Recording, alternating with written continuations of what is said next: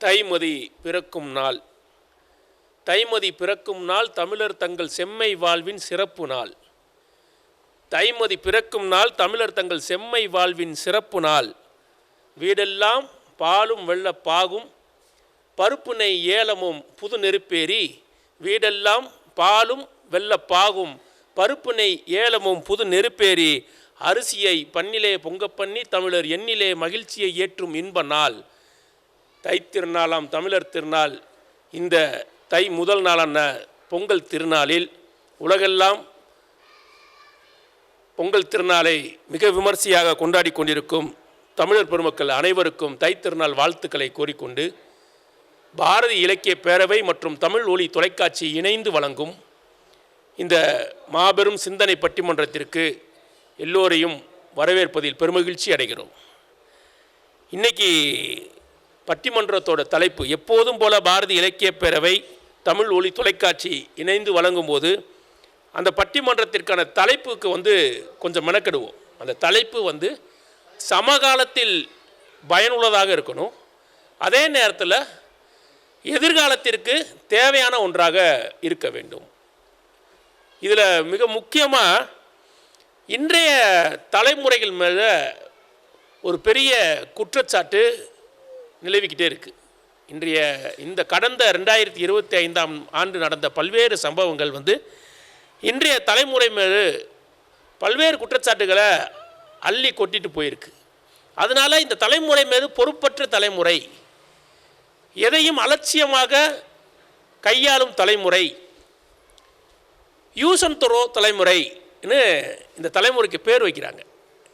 எதையுமே மேலோட்டமாக பார்க்கிற தலைமுறையாகவே இந்த தலைமுறை இருக்கிறதுன்னு பெரியவர்களும் சரி, ஊடகங்களும் சரி, சமூக ஆர்வலர்களும் தொடர்ந்து குற்றச்சாட்டை வச்சுக்கிட்டே இருக்காங்க. அப்போ இதவே ஏன் தலைப்பாக எடுத்துடக்கூடாது? இதை தலைப்பாக எடுத்து அறிவு சார்ந்த பெருமக்களை வைத்து விவாதத்தை உட்படுத்தி அதற்கு நாம் ஒரு முடிவுக்கு வரலான்னு தான் இன்றைய தலைப்பு. இன்றைய தலைமுறையில் தமிழர் பண்பாடு வளர்கிறதா தேய்கிறதா? இதுதான் இன்றைய பாரதி இலக்கிய பேரவை தமிழ் ஒலி தொலைக்காட்சி இணைந்து வழங்கியிருந்த பட்டிமன்றத்தின் தலைப்பு. அப்போ முதல்ல இன்றைய தலைமுறையில் பண்பாடுன்னு சொன்னதுக்கப்புறம் பண்பாடுன்னா என்னன்னு நம்ம பேசணும் இல்லையா? அதை பேசிட்டு தான் அடுத்த அளவுக்கு போகணும். இப்போ பண்பாடுன்னா என்ன? பண்படுத்துதல் எல்லாருக்கும் தெரியும், ரொம்ப எளிமையான சொல் தமிழில். பண்பாடு என்பது பண்படுத்துதல். ஒரு நிலத்தை பண்படுத்துகிறோம். ஒரு நிலத்தை பண்படுத்துவதற்கு ஒரு குறிப்பிட்ட கால இடைவெளி தேவைப்படும். உடனே ஒரு நிலத்தை பண்படுத்தி உடனே அதில் விவசாயம் வேளாண்மை பண்ணிட முடியாது. அப்போ ஒரு நிலத்தை பண்படுத்துவதற்கே ஒரு குறிப்பிட்ட கால இடைவெளி தேவைப்படுமானால் ஒரு இனத்தை பண்படுத்துவதற்கு எவ்வளவு நீண்ட இடைவெளி காலம் தேவைப்பட்டிருக்கும். அப்போ பண்பட்ட ஒரு சமூகம், பண்பட்ட ஒரு இனக்குழு உருவாவதற்கு நீண்ட நெடிய காலத்தை வரலாறு தன்னகத்தை எடுத்துக்கொள்கிறது. தமிழர் பண்பாடு கிட்டத்தட்ட குறைந்தபட்சம் 2000 ஆண்டுகளுக்கு முன்னாடி இருந்து தொடங்குவதாக வரலாற்று ஆய்வாளர்கள் சொல்கிறாங்க. குறைந்த அளவே 2000 ஆண்டுகள் என்றால் அப்போ அந்த நிலமும் அந்த இனமும் அந்த மொழியும் பண்பட்ட நிலைக்கு மாறுவதற்கு எத்தனை ஆண்டு காலம் எடுத்திருக்கும்? அப்போ அந்த பண்பட்ட நிலைன்றது என்ன? எது பண்பட்ட நிலை? ஏன்னா சங்க இலக்கியத்தில் நிறைய பண்பாட்டு கூறுகள் சொல்கிறாங்க. அதெல்லாம் இவங்க 2 பேரும் பேச போகிறாங்க. அப்போ அந்த பண்பாட்டு கூறுகள் காதல், வீரம், விருந்தோம்பல், அன்பு, உழைப்பு, ஒழுக்கம், இது எல்லாம் தான். இது எல்லாம் சேர்ந்த ஒரு அறம் சார்ந்த வாழ்வியல் தான் தமிழர் பண்பாடின் உச்சம். அந்த பண்பாடு இன்றைய தலைமுறையில் வளர்ந்திருக்கிறதா தேய்கிறதா? இதுதான் இன்றைய தலைப்பு. இப்போ நாமக்கல் கவிஞர் சொல்வார், தமிழன் என்ற ஒரு இனம் உண்டு, தனியே அவருக்கு ஒரு குணம் உண்டு. அடுத்த வரி ரொம்ப முக்கியம். அமிழ்தம் அவரது மொழியாகும், அன்பே அவரது வழியாகும். எல்லா இனத்திற்கும் ஒரு மொழி இருக்கு, எல்லா இனத்திற்கும் ஒரு குணம் இருக்கு, தனித்த குணம் தமிழனுக்கு இருக்கு என்றாரு நாமக்கல் கவிஞர். தனித்த குணம் என்ன? பின்னாடி சொல்றாரு, அன்பு தான் அவருடைய வழி என்றாரு. எல்லா இனங்கள் தானே அன்பு செலுத்துது. எல்லா இனத்திலையும் மக்கள் குழுக்கள் இருக்காங்க, குடும்ப அமைப்பு இருக்குது, சமூக அமைப்பு இருக்குது. ஏன் தமிழுக்கு மட்டும் தமிழன் மொழியின் அவனுடைய வழியே அன்பின் வழியது ஏன் சொல்கிறாருன்னா, வள்ளுவம் சொல்லுது அன்பின் வழியது உயிர்நிலை. அன்பு இருந்தால் தானே நீ உயிரோடு இருக்கனே அர்த்தன்றது. அப்படி இல்லைன்னா அது உயிரற்ற சடம் இன்னும் வள்ளுவம் சொல்லுது. அப்போ தமிழன் ஒருவன் தன்னை தமிழன் என்று அடையாளப்படுத்திக் கொள்ளும் என்றால் உன் வழியே அன்பாகும். அந்த அன்பிலிருந்து விதைந்தது தான் இந்த பண்பு, இந்த பண்பாடு.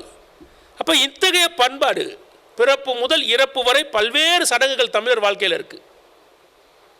உறவுகள் முதல் இறைவன் வரை பல்வேறு சடங்கு முறைகள் நாம் கொண்டாடிக்கிருக்கோம். இலக்கியம் முதல் இணையம் வரைக்கும் இன்றைக்கி தலைமுறை எல்லாத்தையும் கையாளுகிற தலைமுறையை கொண்டு வந்துட்டோம். எல்லாவற்றையும் கைக்குள்ளே கொண்டு வந்துட்டோம். இல்லறம் முதல் துறவரம் வரைக்கும் எல்லாவற்றிலும் பண்பாட்டு கூறுகளை சுமந்து நிற்கிற தமிழர் பண்பாடு இன்றைய தலைமுறைக்கு கடத்தப்பட்டிருக்கிறதா? கடத்தப்பட்டிருக்கிறது என்றால் அது வளர்கிறதா, தேய்கிறதா? ஒரு சின்ன ஒரு உதாரணம் சொல்லிடுறேன். பண்பாட்டு அசைவுகள்னு தோ பரமசிவம் ஐயா ஒரு புத்தகம் எழுதியிருக்கார். திருநெல்வேலி தூத்துக்குடி பகுதிகளில் என்ன பண்பாடு என்பதற்கு சொல்கிறேன். பண்பாடுன்னா என்னன்றதுக்கு ஒரு சின்ன ஒரு நிகழ்வு மட்டும் சொல்கிறேன். ஒரு துக்க நிகழ்வு, ஒரு துயர நிகழ்வு. ஒருவர் இறந்திருக்கிறார். அந்த வீட்டில் எல்லாரும் உட்காந்துருக்காங்க. துக்கம் விசாரிக்க வந்தவங்க உட்காந்துருக்காங்க வெளியில். இறந்திருக்கவர் இளைய வயது கொண்டவர். ஒரு 29-30 வயதுலேருந்து ஒரு 40 வயதுக்கு உட்பட்டவர். திருமணம் ஆயிடுச்சு. அந்த இறந்த வீட்டில் எல்லாரும் உட்காந்துருக்கும் போது வீட்டுக்குள்ளேருந்து ஒரு வயதான மூதாட்டி ஒரு செம்பு நிறைய நீர் தழும்ப கொண்டு வந்து நடுவில் வைக்கிறாங்க. அந்த சபையில் நடுவில் வைக்கிறாங்க. எல்லோரும் அமர்ந்து அதை பார்த்தோன்னே எல்லாரும் உச்சி கொட்டுறாங்க. இப்படி ஆகிப்போச்சே. அது தெரியாத ஒரு இளைஞன் அந்த கூட்டத்தில் இருக்கான். என்னடா செய்கிறாங்க? தண்ணி தானே கொண்டு வந்து வச்சாங்க, இதுக்கு எல்லோரும் இப்படி ஆகிப்போச்சேன்னு ரொம்ப கவலைப்படுறாங்களே. கொஞ்ச நேரத்தில் அந்த மூதாட்டி வீட்டுக்குள்ளே இருந்து கைகளில் பிச்சி பூவை கொண்டு வந்து 1, 2, 3ன்னு ஒவ்வொரு பூவாக போட அந்த கூட்டம் இன்னும் கவலையில் ரொம்ப தோய்ந்து பெண்கள்லாம் ஓன்னு அழுகிறாங்க. அந்த எண்ணிக்கை கூட ஓன்னு அழுகிறாங்க. 7 என்று வரும்போது ஒட்டுமொத்த கூட்டமும் அந்த அந்த இறந்தவரின் மனைவியை கட்டி பிடிச்சி அழுகுது. அந்த இளைஞனுக்கு ஒன்றுமே புரியல. அந்த அம்மா தண்ணியை கொண்டு வந்து செம்பில் வச்சாங்க, அதில் பிச்சி பூவோ ஒரு அம்மா வயதானம்மா வந்து எதுக்கு இந்த அழுகிறாங்கன்னா இது ஒரு பண்பாட்டு வெளிப்பாடு. இறந்தது இளைஞன். அவன் இறக்கும்போது வீட்டில் இருக்கிற அவன் மனைவி நிறைமாத கர்ப்பிணியாக இருக்கிறாள். அவன் இறந்துட்டான். நாளைக்கு குழந்தை பிறக்கும், 4 மாதத்தில் குழந்தை பிறக்கும். குழந்தை பிறந்தால் இந்த சமூகம் அவள் மீது எந்த வகையான கேள்வியையும் முன் வச்சிடக்கூடாது. எந்த ஒரு தவறான ஒரு கல்லையும் தூக்கி அந்த வீட்டை நோக்கி எரிஞ்சிடக்கூடாது. அதை சபையில் சொல்வதற்கு ஒரு முறையை பண்பாடு கொண்டு வந்து கொடுக்கும். எவ்வளோ எளிமையாக சொல்கிறாங்க பாருங்க. அந்த நிறை குடம் இருக்கு இல்லையா, நிறை குடத்தில் தான் நீர்க்குடம். அந்த நீர்க்குடத்தில் தான் நமக்கு எல்லோரும் உருவாகிறோம். கரு அவருடைய நீர்க்குடத்துக்குள் பூவை போல் மலர்கிற கரு 7 மாத கரு உருவாகியிருக்கிறது என்ற பண்பாட்டை ரொம்ப எளிய முறையில் கடத்துகிற கிராமப்புறங்களில் இன்றைக்கி இருக்குது. இந்த மாதிரி அங்கொன்றும் இங்கொன்றுமாக பண்பாட்டு கூறுகள் சின்னதாக ஒவ்வொரு தலைமுறையும் கடத்தி வந்திருக்கு. யாதும் ஊரே யாவரும் கேள்வின்றது நம் பண்பாட்டின் உச்சம், எல்லாரும் சொல்லுவோம். அதை விட மிக முக்கியமானது அடுத்த வரி, தீதும் நன்றும் பிறர் தர வாரா. நல்லது கெட்டதும் இன்னொருத்தன் உனக்கு தரமாட்டான்டா. நல்லதும் கெட்டதும் நீயே தான் உருவாக்கிடுவ. முற்பகல் செய்யின் பிற்பகல் தாமே வரும். நீ என்ன விதைக்கிறியோ அதுதான் விளையும். நீ என்ன விதைச்சிருக்கியோ அதைத்தான் நீ அறுவடை செய்ய முடியும். நீ அடுத்தவர்களுக்கு என்ன கொடுத்தாயோ அதைத்தான் அடுத்தவர்களிடமிருந்து நீ பெற்றுக்கொள்ள முடியும் என்று தமிழர் பண்பாடு ஒரே வரியில் சொல்கிறது. தீதும் நன்றும் பிறர் தர வாரா. இது பண்பாட்டின் உச்சம்.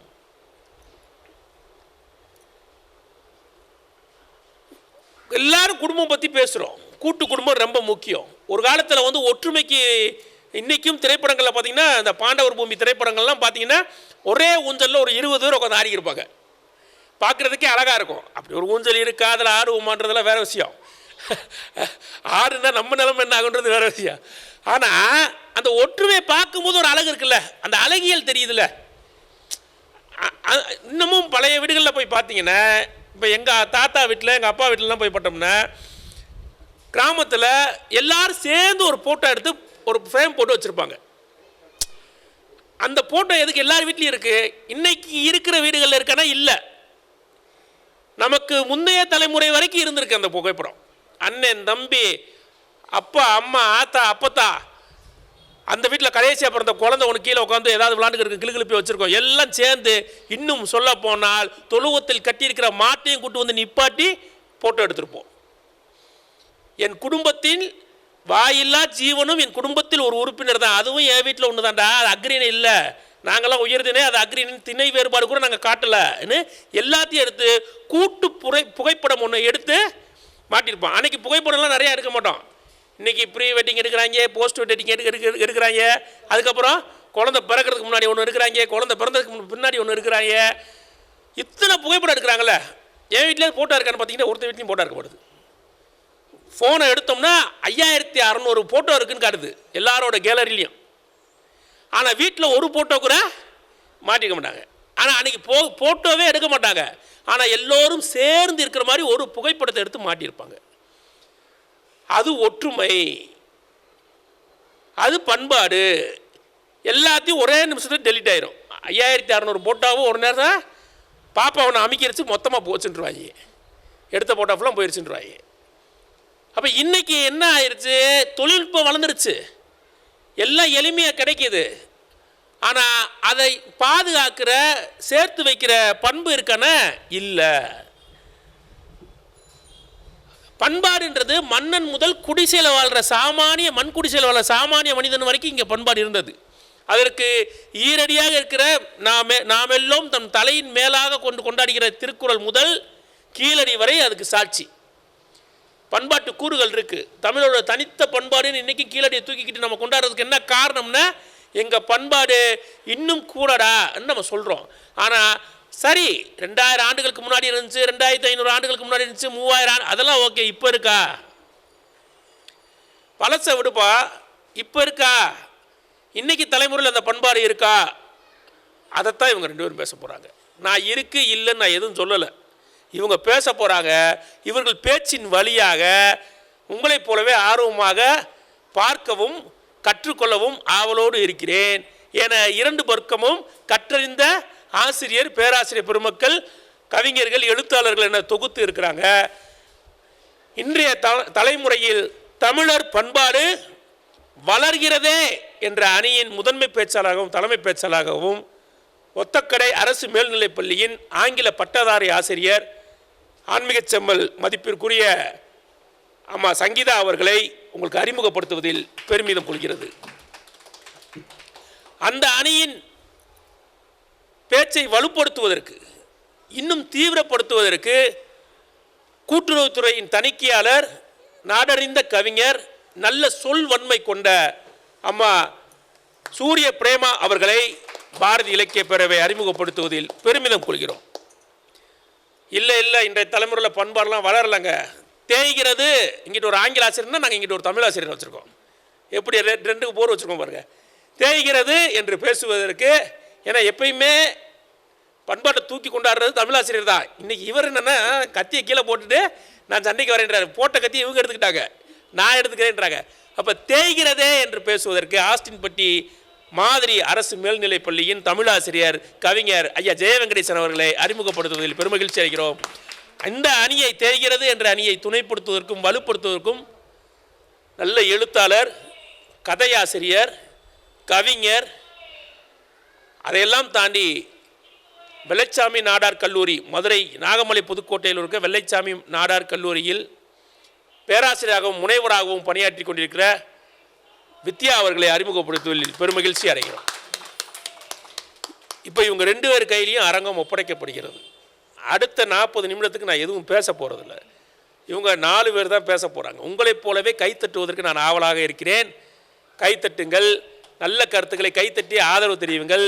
முதலாவதாக, இன்றைய தலைமுறையில் பண்பாடு, தமிழர் பண்பாடு வளர்கிறதே என்று நேர்முறையாக பட்டிமன்றத்தை இன்னும் ஒரு படி உத்வேகமாக நகர்த்தி வைப்பதற்கு அம்மா சங்கீதா அவர்களே அன்போடு அழைக்கிறோம். வாங்க. பார்ப்போற்றும் தமிழர் திருநாளாம் இந்நன்னாளில் பாரதி இலக்கிய பேரவையும் தமிழ் ஒளி தொலைக்காட்சியும் இணைந்து நடத்தும் இந்த மாபெரும் சிந்தனை பட்டிமன்றம் தமிழர் பண்பாடு இன்றைய தலைமுறையில் வளர்கிறதா தேய்கிறதா என்ற இந்த மாபெரும் சிந்தனை பட்டிமன்றத்திற்கு வருகை புரிந்துள்ள அனைவரையும் வருக வருக என வரவேற்று தலைவர் நடுவர் எங்கள் தருமர் திரு துளிரையா அவர்களுக்கும் நேர்மறை எண்ணமும் விசால மனப்போக்கும் கொண்ட எங்களணி பேச்சாளருக்கும் குற்றம் கண்டுபிடிப்பதையே ஓவர் டைமாக பார்த்து கொண்டிருக்கும் எங்கள் அண்ணனுக்கும் தங்கை நித்யா அவர்களுக்கும் வணக்கத்தை கூறி என் தலைப்பு. ஆமாங்கய்யா, எப்ப பார்த்தாலும் குற்றம் கண்டுபிடிக்கிறதையே குணமாவே வச்சிருக்காங்க. நக்கீரர் பரம்பரை. தான் பக்கம் இருக்கிற குற்றம் என்னங்கிறதே தெரியாது. நீ தான் தப்பா, அவனை பிடிங்க. இந்த தண்டபாணி சொல்லுவார் இல்லையா நடிகர், அவனை பிடிங்க, அவன் தான், அவனை கொல்லுக அப்படின்னு பாருல. அந்த மாதிரி குற்றத்தை ஃபுல்லா அடுத்தவன் தலையிலேயே தூக்கி போட்டுறது. நல்லா பார்த்துக்கங்க மக்களே, எங்க அண்ணன் இங்க வந்திருக்கிறாரு, உடன் பிறந்த சகோதரர் தான் எங்க அண்ணன். தமிழர் பண்பாடு தேய்கிறதுங்கிற தலைப்புக்கு பேசுறதுக்கு வர்றாராம், அதனால பேண்ட் சட்டை போட்டு வந்திருக்கிறாரு. பார்த்துக்கோங்க சரிங்களா. பண்பாடுங்கிறது என்னங்க? பண்பட்டு ஒழுகுதல், அதாவது தேங்குதல் கிடையாது. பண்பட்டு தேங்குதல், ஒரே இடத்துல தேங்கி நிக்கிறது கிடையாது. அது ஒரு பேர் ஆறு மாதிரி அதோடைய பயணம் சென்று கொண்டே இருக்கும். அது குளம் கிடையாது, அது ஒரு பெரிய நதி. அப்படி இருக்கிறப்ப அந்த பண்பாடே தான் இன்னும் இருக்கணும், அதையே தான் இன்னும் வச்சிட்டு இருக்கிறோம் அப்படிங்கிறது கிடையாது. தமிழர் பண்பாடோட முக்கிய விழுமியங்கள் அப்படின்னு நம்ம சொல்றது எதெல்லாம் சொல்லுவோம்? விருந்தோம்பல் சொல்லுவோம், அடுத்ததாக வீரம் சொல்லுவோம், அதற்கடுத்து பொதுநலம், தமிழருக்கே உண்டான பெரிய குணம், மிகப்பெரிய குணம். இதெல்லாம் இல்ல அப்படின்னு எப்படி இப்படி பேச வந்திருக்கிறாங்கிறது எனக்கே தெரியல. மனசாட்சியை கொண்டு சேட்டு கடையில அடமான வச்சுட்டு எங்க அண்ணன் வந்துட்டாரு. அதுக்கு செலவு பண்ணணும்ல, அதுக்கு மனசாட்சி கிடைக்காது. ஆமா ஆமா. ஆனா பாத்துக்கங்க, அந்த காலத்துல குடும்பத்துல இருப்பாளரும் வேலைக்கு செல்லல. ஒருத்தர் வேலை பார்த்தாங்க, ஒருத்தர் வீட்டிலேயே வேலை பார்த்தாங்க. பெண்கள் வீட்டுக்குள்ளேயே வேலை செய்யற மாதிரியான நிகழ்வுகள் இருந்தது. அப்ப விருந்தோம்பல்ங்கிறது சர்வசாதாரணமா வீட்டிலேயே செய்யக்கூடிய ஒரு விஷயமாக இருந்தது. இப்ப பாத்தீங்க அப்படின்னு சொன்னா அதே விருந்தோம்பல் நடக்குது, ஆனா பேருதான் வேற. ட்ரீட், உணர்வு ஒன்றுதான், பெயர் தான் வேற. அடுத்ததாக சொல்லணும் அப்படின்னு சொன்னா வீரம் அப்படின்னு சொன்னோம் இல்லையா.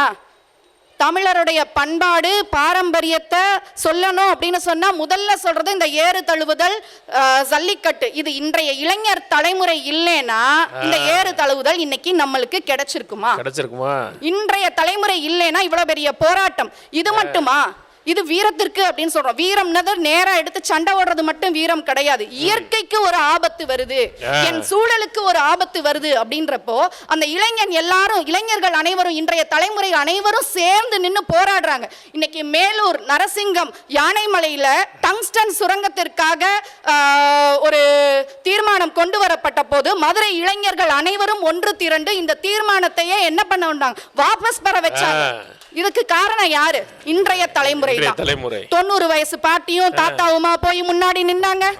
இன்றைய தலைமுறை விருந்தோம்பலையும் திண்ணையில உட்காந்து, திண்ணைய எதுக்கு கட்டி வச்சிருக்காங்க? அந்த காலத்துல கட்டி வச்சது எதுக்கு? வந்தவங்க உட்காரணுங்கிறதுக்கா. இப்ப புரணி பேசுறதுக்காக தான். அதனாலதான் திண்ணையெல்லாம் தூக்கிட்டோம். வாசல்ல உட்காந்து புரணி பேசிக்கிட்டு இருந்தாங்க. இப்ப என்ன பண்ணிட்டோம்? திண்ணையெல்லாம் தூக்குங்க. அன்றைய ஜனத்தொகையும் இன்றைய ஜனத்தொகையும் கணக்கெடுத்து பேசணும். பேச வர்றவங்க அன்னைக்கு 30 கோடி முகமுடையாள் அப்படின்னாரு பாரதியார். இன்னைக்கு தமிழ்நாட்டுல மட்டும் எத்தனை கோடி மக்கள் இருக்கும்? அத்தனை பெரிய வீடுகளும் அத்தனை பெரிய திண்ணைகளும் முன்னாடி கூடங்களும் வச்சு கட்டணும்னா நம்மளுக்கு நிக்க இடமே இது. இன்னைக்கு இப்படிப்பட்ட மாற்றங்கள் வர்றதுக்கு காரணம் இயற்கையை கொஞ்சம் நம்ம பண்படுத்தி நம்மளுக்கு தகுந்த மாதிரி காடு கொன்று நகர் அமைத்ததற்கு காரணம் என்ன அப்படின்னு சொன்னா நம்ம பெருகிட்டோம். அதுக்காக பண்பாட்டை நாங்க தவற விட்டுட்டோம். நீங்க சொல்றது மிகப்பெரிய குற்றச்சாட்டு. வாசல் நம்ம வீட்டுக்குள்ள இருந்த பொங்கலை, நம்ம சாதி சனத்துக்குள்ள இருந்த பொங்கலை அனைத்து சாதி மக்களும் இன்னைக்கு கொண்டாடலாம் அப்படிங்கிற மாதிரி கார்ப்பரேட் நிறுவனங்களும் பள்ளிகள்லையும் ஒரு பெரிய அபார்ட்மெண்ட் வீடுல கூட சமத்துவ பொங்கல் கொண்டாடுறாங்க. அது இன்றைய தலைமுறையில இருந்தது தானே. அன்றைய தலைமுறையில என்ன இருந்தது? பொங்கல்னு ஒரு திருவிழா வச்சா யாருக்கு முதல் பரிவட்டம்? எங்களுக்கா உங்களுக்கா? ஒரு ஊருக்குள்ள சண்டை, கத்தி குத்து, இதுதான் நடந்துச்சு. இன்னைக்கு எப்படி அதை கொண்டு வந்திருக்கிறாங்க? எல்லாரும் சேர்ந்து சமத்துவ பொங்கல். அதில் வந்து சாதி கேட்கறது இல்லை, மதம் கேட்கறது கிடையாது. எல்லாரும் முஸ்லீம், இந்து, முஸ்லீம், கிறிஸ்டியன் அனைவரும் சேர்ந்து கொண்டாடும். இப்படிப்பட்ட ஒரு இணக்கம் இன்றைய தலைமுறையில் தான் இருக்கு. இது போக தொழில்நுட்பம், அந்த டெக்னாலஜி, சோசியல் மீடியானால இன்றைய தலைமுறைகள் அதிகம் பாதிக்கப்பட்டிருக்காங்க. திரும்ப திரும்ப குற்றம்தான்.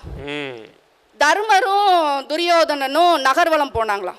துரியோதனனோட கண்ணுக்கு மட்டும் பார்க்கறதெல்லாம் தப்பாவே தெரிஞ்சுதான். அந்த அணியை சேர்ந்தவர்கள் கௌரவாதிகார்கள் அப்படின்ற மாதிரி தான் எங்க அண்ணனும் தங்கச்சியும். நாம தர்மர் கட்சி, பார்க்கறதெல்லாம் நல்லது தாங்க தெரியும். இன்ஸ்டா பக்கங்கள்லையும் யூடியூப்லையும் நம்ம ஃபேஸ்புக்லையும் எத்தனை தொழில் முனைவோர்கள் இலக்கியம் கொண்டு வருது. எடுத்துக்காட்டு ஒன்று சொல்றேன். இப்போ எங்க வீட்டில் நடந்த ஒரு விஷயம். டிசம்பர் மாதம் அந்த பனிக்காலத்தில் அதிகமான சளி பிடிச்சிருந்தது. உங்களுக்கெல்லாம் பிடிச்சிருக்கும் தானே நடுவர் அவர்களே? கண்டிப்பா. ஆமா, இப்ப கூட இருமி இருக்காரு எங்க அண்ணன். அப்ப எங்க அம்மா கிட்டக்க ஒரு மருத்துவ குறிப்பு கேட்டேன். ஏமா, முன்னாடி இருக்கிற தும்ப செடியை தண்ணியில அப்படியே வேரோட பிடுங்கிட்டு வந்து தண்ணியில கொதிக்க வச்சு ஆவி பிடிமா அப்படின்னு எங்க அம்மா எனக்கு சொன்னாங்க. சரி அப்படின்னு சொல்லிட்டு பிள்ளை கிட்டக்க அடையாளமும் காட்டி எடுத்துட்டு வாமான்னு சொல்லிட்டேன். அந்த பிள்ளை வேரோட எடுத்துட்டு வந்துட்டு 10 வயது குழந்தை சொல்றா, இந்த செடி என்ன பாவம் செஞ்சிச்சோ, இப்படி உயிரோட நரகத்துல கொதிக்கிற தண்ணியில கொண்டு போய் போடுறீங்களே அப்படின்னு ஒரு வார்த்தை சொன்னுச்சு. அப்பவே எனக்கு சுருக்குன்னு பட்டுச்சு. ஆனாலும் நம்மளுக்கு சளி சரியாகணுமே போட்டு செஞ்சுட்டேன். மறுநாள் பொழுதுபோக்குக்காகவும் சில இலக்கிய தேடல்களுக்காகவும் நான் இன்ஸ்டா பக்கங்கள் பார்ப்பது உண்டு. அப்ப பார்க்குறப்ப கவிஞர் அறிவுமதி ஒரு பதிவு அதில் போடுறார். தமிழன் எப்படி இருப்பான் அப்படின்னு சொன்னா, கணியன் பூங்குன்றனார் நம்மளுக்கு எல்லாருக்கும் தெரியும் இல்லையா? அவரை எனக்கு இவர் அறிமுகப்படுத்துறார். யாதும் ஊரே யாவரும் கேளு, இதை எழுதினவர்னு நம்மளுக்கு தெரியும். அவர் இன்னொன்னும் எழுதியிருக்கிறார். நற்றிணையில ஒரு பாட்டு, மரம் சா மருந்து கொல்லான். இத என் மகளோட உட்காந்து இந்த பதிவை நான் பார்த்துக்கிட்டு இருக்கேன். இதுக்கு விளக்கம் கொடுக்கிறார் அறிவுமதி அவர்கள். என்னன்னா, தமிழன் எப்படி இருந்தான்னா, ஒரு மரத்தையே முழுமையாக எடுத்து அதை மருந்தா ஆக்கி உட்கொண்டா அதனால அவனுக்கு நோய் தீரும் அப்படின்னு சொன்னா அவன் அந்த மரத்தை கொல்ல மாட்டான். இன்னும் ஒரு படி மேல போய், இந்த கன்றுக்குட்டி இறந்து போயிருச்சுன்னா வைக்கோல் போர்த்திய வைக்கோல் வச்ச கன்றுக்குட்டியை வச்சுட்டு பால் கறக்குறாங்க இல்லையா? நான் சின்ன பிள்ளையில அப்படியெல்லாம் போய் பால் விற்கும் நிலையங்கள்ல வாங்கியிருக்கேன். அப்படி கறந்த பாலை தமிழன் வாங்க மாட்டான். அத இன்னைக்கு நவீன யுகம் எனக்கு கொண்டு வந்து சேர்க்குது. அன்னைக்கு என் அம்மா அப்பாவுக்கு அது தெரியல, அது என் வாசலுக்கு வரல, அது எனக்கு என் அறிவுக்கு அது எட்டல. அதை வந்து பழைய தலைமுறை, என்னுடைய மூத்த தலைமுறை எனக்கு கொண்டு வந்து சேர்க்கல. இன்ற நவீன தலைமுறை என்ன பண்ணுது அப்படின்னு சொன்னா, எனக்கும் என் பிள்ளைக்கும் இப்படிப்பட்ட தகவல்களை கொண்டு வந்து சேர்க்குது. அப்ப மரம் சா அப்படின்னா, அம்மா நேத்து தானம்மா நீ தும்பச்செடியை மொத்தமா நீ போட்டு ஆவி பிடிச்ச. ஆமாண்டி, தப்பு பண்ணிட்டேன், இனிமே செய்ய மாட்டேன். அப்ப வளர்கிறதுங்கிறதுக்கு என்னங்க அர்த்தம்? தவறுகள் நடக்கும். சிலப்பதிகாரம் காலத்திலேயே தவறு நடந்துச்சு. அப்படிப்பட்ட பண்பு மிக்கவனா வளர்க்கப்பட்ட கோவலனே மாதவி வீட்டு வாசல்ல தான் போய் நின்னான். ஆமாவா இல்லையா? அப்ப அன்னைக்கு ஒழுங்கா இருந்தாங்களானா? இல்ல, அன்னைக்கும் ஒழுங்கா இல்லை. இன்னைக்கும் சில தவறுகள், திருத்தணியில நடந்த சம்பவங்களையும் கரூர் சம்பவங்களையும் குத்தி காட்டி பேசலாம். தவறுகள் இருக்கும், திருத்தப்பட்டு இந்த தமிழர் பண்பாடு அப்படிங்கிறது என்ன அப்படின்னா, தன்னைத்தானே நவீன உலகத்திற்கு தகுந்த மாதிரி தகவமைத்து கொண்டு அப்படியே அடுத்த தலைமுறைக்கு கடத்துவது தானே தமிழர் பண்பாடே ஒழிய அது வளர்ந்து விட்டது அப்படிங்கிறது தலைப்பு கிடையாது. அது வளர்கிறது, வளரும், களைகளை பிடுங்கி எறிந்து திரும்பவும் மறுசுழற்சி அடைந்து தமிழர் பண்பாடு ஓங்கி நிற்கும் என்று கூறி என் வாய்ப்புக்கு நன்றி கூறி விடைபெறுகிறேன். நன்றி, வணக்கம். சிறப்பு சிறப்பு சிறப்பு. ஆங்கில பட்டதாரி ஆசிரியர்னு அறிமுகப்படுத்தணும். ஆனால் அவங்க தமிழுக்கு நல்லா வேட்டு வச்சுட்டு போயிருக்காங்க. என்ன போடு, அது எப்படி வளரலன்னு சொல்ல போச்சு? நீங்களா வந்து போராட்டம் பண்ணி ஜல்லிக்கட்டை மீட்டு கொடுத்தீங்க? நீங்களா வந்து டங்ஸ்டன் எதிர்ப்பு போராட்டம் பண்ணீங்க? நீங்களா அரிட்டாப்பட்டி மலையை காப்பாற்றினீங்க? எவ்வளவு கேள்விகள், அடுக்கடுக்கான கேள்விகள். அதுக்கு பதில் சொல்லுவோமா வேணாமான்னு அவர் பயந்துக்கிருக்காரு. வீட்டுக்குள்ளே தானே நீங்கள் விருந்தோம்பலை வச்சுருந்தீங்க. விருந்தோம்பல்னு ஒரு பண்பாடு இருந்துச்சு. அதை வீட்டிற்குள்ளே நீங்கள் உங்களுக்குள்ளேயே நீங்கள் பண்ணிக்கிறதுக்கு பேர் விருந்தோம்பலா? உங்கள் சித்தப்பா பெரியப்பா வந்தால், உங்கள் தாத்தா பாட்டி வந்தால் உங்களுக்குள்ளேயே பண்ணிக்கிறதுக்கு பேர் விருந்தோம்பலா? நாங்கள் வெளி உலகத்தோடு தொடர்பு கொள்கிறோம், எல்லாத்துக்கும் ட்ரீட்டு. எனக்கு இந்த தலைமுறை மேலே ரொம்ப மகிழ்ச்சி என்ன தெரியுங்களா? இந்த தலைமுறை தோல்வியை எதிர்கொள்கிற தலைமுறை. நம்ம நிறைய பேர் சொல்கிறோம் இந்த தலைமுறைக்கு தோல்வியை எதிர்கொள்ள தெரியலன்னு நினைக்கிறோம். ஃபெயிலானா மச்சி ட்ரீட் எங்கன்றான். ட்ரீட்டுக்காகவாது ஃபெயில் ஆகணும்னு ஒரு தலைமுறை உருவாது பாருங்க. எங்கள் தலைமுறையில் 80 மார்க் எடுத்துகிட்டு அழுவாங்க. பக்கத்தில் இருக்க 87 மார்க் எடுத்துட்டியா, வீட்டில் போனால் அப்பா அடிப்பாருன்னு. ஆனால் இந்த தலைமுறை 87 90 அவன் எடுத்துகிட்டு போறியாமாச்சு, நீ ஃபெயில் ஆகிட்டியா இல்லையா, இதுக்கு முதல் ட்ரீட்டை வையினியா. அப்போ தோல்வியை கூட கொண்டாட்டமாக கொண்டாடுகிற மனநிலை கொண்ட இளைஞர்களை நாங்கள் வச்சுருக்கோம். விருந்தோம்பல் இங்கே வளரலைன்னா அப்புறம் எங்கெங்க வளரும்? கேள்வி கேட்டு போயிருக்காங்க. ஒரு சாமி கும்பிட போகிறான், சாமி கும்பிட போனால் அங்கே ஒரு வெட்டிக்க வருவோம். நான் பெரிய ஆளா நீ பெரிய ஆளா அடித்து உருண்டுக்குருந்தாங்க. ஒரு நாள் சாமியை தூக்கிட்டு போனாங்க ஊர்வலம்னு அடித்து உருண்டுக்கிருக்காங்க. நான் இப்போ ரோட்டு ஓரத்தில் நின்று பார்க்குறேன், சாமி ஒரு ஓரத்தில் நிற்கிது, நான் ஒரு ஓரத்தில் நிற்கிறேன், அவங்க ஒரு பக்கம் ஒடிச்சு உருண்டுக்குந்தாங்க. பிடிச்ச ஒருத்தனுக்கு பிடிச்சி நில்லையா நிறுத்தியா, என்னையா சண்டை? நானே சாமி கும்பிட்றதுலாம் சண்டை. நான் சரி சாமி கும்பிட்றதுல என்ன சண்டை? யார் கும்பிட்றதெல்லாம் சண்டை. சரி போய் என்ன கும்பிட போகிற? எல்லாரும் நல்லா இருக்கணும், சண்டை சச்சரவு இல்லாமல் இருக்கணும்னு கும்பிட போகிறேன். இதை நீ கும்பிடாமையே வீட்டில் உட்காந்துருக்கலாம்ல. இந்த குடோனு பருத்தி முட்டை குடோன்லேயே இருக்கலான்ற மாரி அது மட்டும் 7ஏன்னு இருந்துச்சு சாமி. அதை இவங்களா தனித்தனியாக போய் கும்பிட்டா கூட ஒழுங்காக இருந்திருக்கும். இவங்க தேரை இழுத்து தெருவில் விட்ட மாரி சாமியை கூட்டு வந்து ஊர்வலம் கூட்டு போகிறேன்னு அவங்க அடிச்சு உருண்டு சாமி ஒரு பக்கம் என்னையை கூட்டு போய் முழுசாக வீட்டுக்குள்ளே இருக்குடா, என்னையேண்டா அப்படி உட்கார வச்சுருக்கீங்கன்னு கேட்குற அளவுக்கு நீங்கள் வெட்டி கவுரத்தில் வெட்டு குத்து வரைக்கும் வந்திருக்கீங்களா இல்லையா? இதான் அவங்க பண்பாடா? நாங்கள் எப்படி இன்றைக்கி எல்லாத்தையும் சமத்துவ பொங்கல் கொண்டாட ஆரம்பிச்சிட்டோம். கல்லூரியில் போங்க, தமிழர் பண்பாடு உலகம் பொதுமுறை மாரி உலகத்திற்கானது. மதம் சாதி எந்த ஏற்றத்தாழ்வும் இல்லாமல் எல்லாரும் ஒன்றா கூடி முகமதுவும் ஜோஸ்மினும் டேவிட்டும் எல்லாம் சுப்பிரமணியும் சேர்ந்து கொண்டாடுகிற ஒரு சமத்துவ பொங்கல் நாங்கள் கொண்டாடுறோமா இல்லையா? அது ரொம்ப இன்னைக்கு முக்கியம். அதுவும் மதுரையில் சமத்துவ பொங்கல் ரொம்ப முக்கியன்றதை ரொம்ப அழகாக சொன்னாங்க. அது இன்றைய தலைமுறையில் தான் வளர்கிறதுன்னு கருத்தை வச்சுருக்காங்க. கேட்ட கேள்விக்கெல்லாம் பதில் சொல்லணும். ஆங்கிலம் கேட்ட கொஸ்டினுக்கெல்லாம் தமிழ் ஆன்சர் சொல்லணுமா இல்லையா? அதனால் ஆஸ்டின் பட்டி அரசு மேல்நிலைப்பள்ளியோட தமிழாசிரியர் கவிஞர் ஜெய வெங்கடேசன் அவர்களை அம்மாவிற்கு பதிலாக இன்றைய தலைமுறையில் பண்பாடு தேய்கிறதே என்ற அணியின் முதன்மை பேச்சாளராக தலைமை பேச்சாளராக பேச அழைக்கிறோம். வாங்க. 2000 ஆண்டுகளுக்கு முன்பும் 2000 ஆண்டுகளுக்கு பின்பும் ஒரே பண்பாடை கட்டி காக்கும் தமிழ் பேரினம் அனைவருக்கும் என் முதல் கண் வணக்கம். பாரதி இலக்கிய பேரவைக்கும் தமிழ் ஒளி தொலைக்காட்சிக்கும் தீர்ப்பை செவ்வனே வழங்க காத்திருக்கும் எங்கள் நடுவர் கவிஞர் ஐயா துளிர் அவர்களுக்கும் எங்களது தலைமை வணக்கம். வணக்கம், நன்றி. அம்மா பேசிட்டு போனது எனக்காக, எங்களுக்காக, எங்கள் அணிக்காக அருமையாக பேசிய அம்மா அவர்களுக்கு எங்கள் அணியின் சார்பாக நாங்கள் முதல் கண் நன்றியை தெரிவித்துக் கொள்கிறோம். மூச்சு முட்டை பேசுறாங்க, உங்க அணின்றீங்க. சொன்னது எல்லாமேங்க அந்த காலத்துல இருந்துச்சு, அந்த காலத்துல இருந்துச்சு, அந்த காலத்துல இருந்துச்சு, அந்த காலத்துல அதுதான் நாங்களும் சொல்ல வந்திருக்கோம். அந்த காலத்துல இருந்துச்சு, அந்த காலத்துல இருந்துச்சு, அந்த காலத்துல இருந்துச்சு இருந்துச்சு, இப்ப இல்ல. அதே மாதமே அதுதான் இருந்துச்சுடா, எங்க போச்சு, யார் தூக்கிட்டு போனான்றதுதான் கேள்வி. அதில் தூக்கிட்டு போன கூட்டத்தில் அந்த கூட்டத்தில் 2 பேர் இருந்தா இருக்காங்க. மிச்சம் வரை நம்ம தேடி கண்டுபிடிச்சு ஏதாவது திருத்துறதுக்கு முயற்சி. அந்த 2 பேரும் இங்கே தான் இருக்காங்க. ஆமா, மிச்சம் 2 இங்கே இருக்காங்க.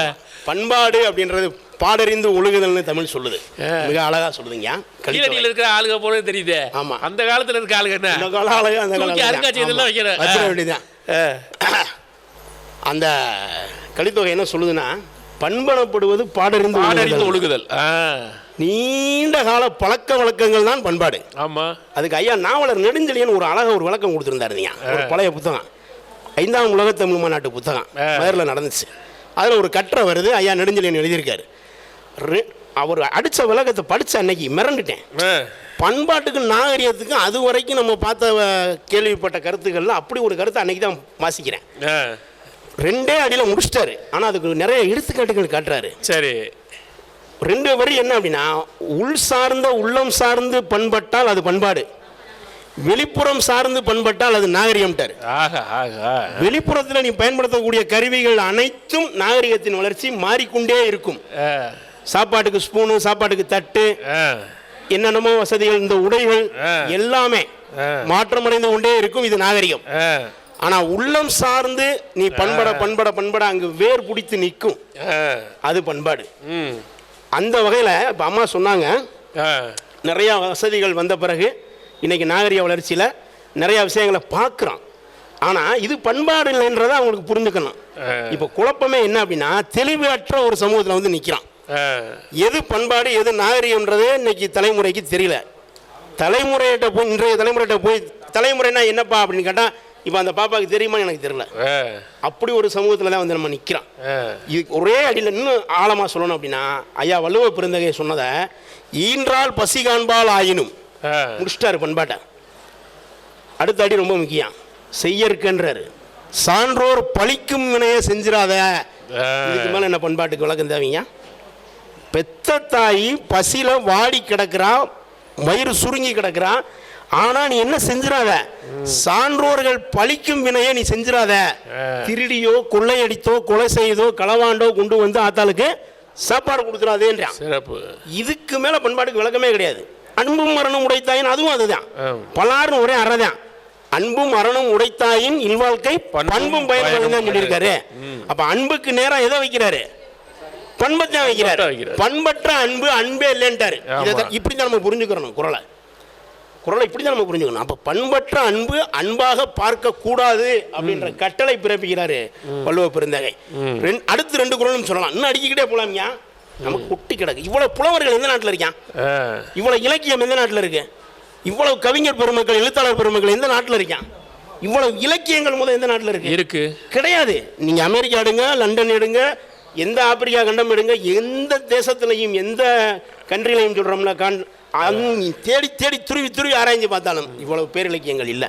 அம்மா சொன்னது போல கண்ணகி கதையை சொல்லிட்டு போனாங்க, அதெல்லாம் பெரிய பண்பாடு அப்படின்னு. அதுல ஒரு பண்பாடு அழகா இளங்கோவடிகள் மிக தெளிவா வரையறை செய்யறாருங்க. என்னது? அப்படி ஒரு பண்பாடை தமிழன் கட்டி காப்பாத்திருக்கான். விருந்தோம்பல் விருந்தோம்பல் விருந்தோம்பல் சொல்றான். வீட்டில் கணவன் இல்லை என்றால் அந்த பெண் விருந்தோம்பல் செய்ய முடியாது. தமிழன் பண்பாடு செய்யக்கூடாதுன்றாங்க.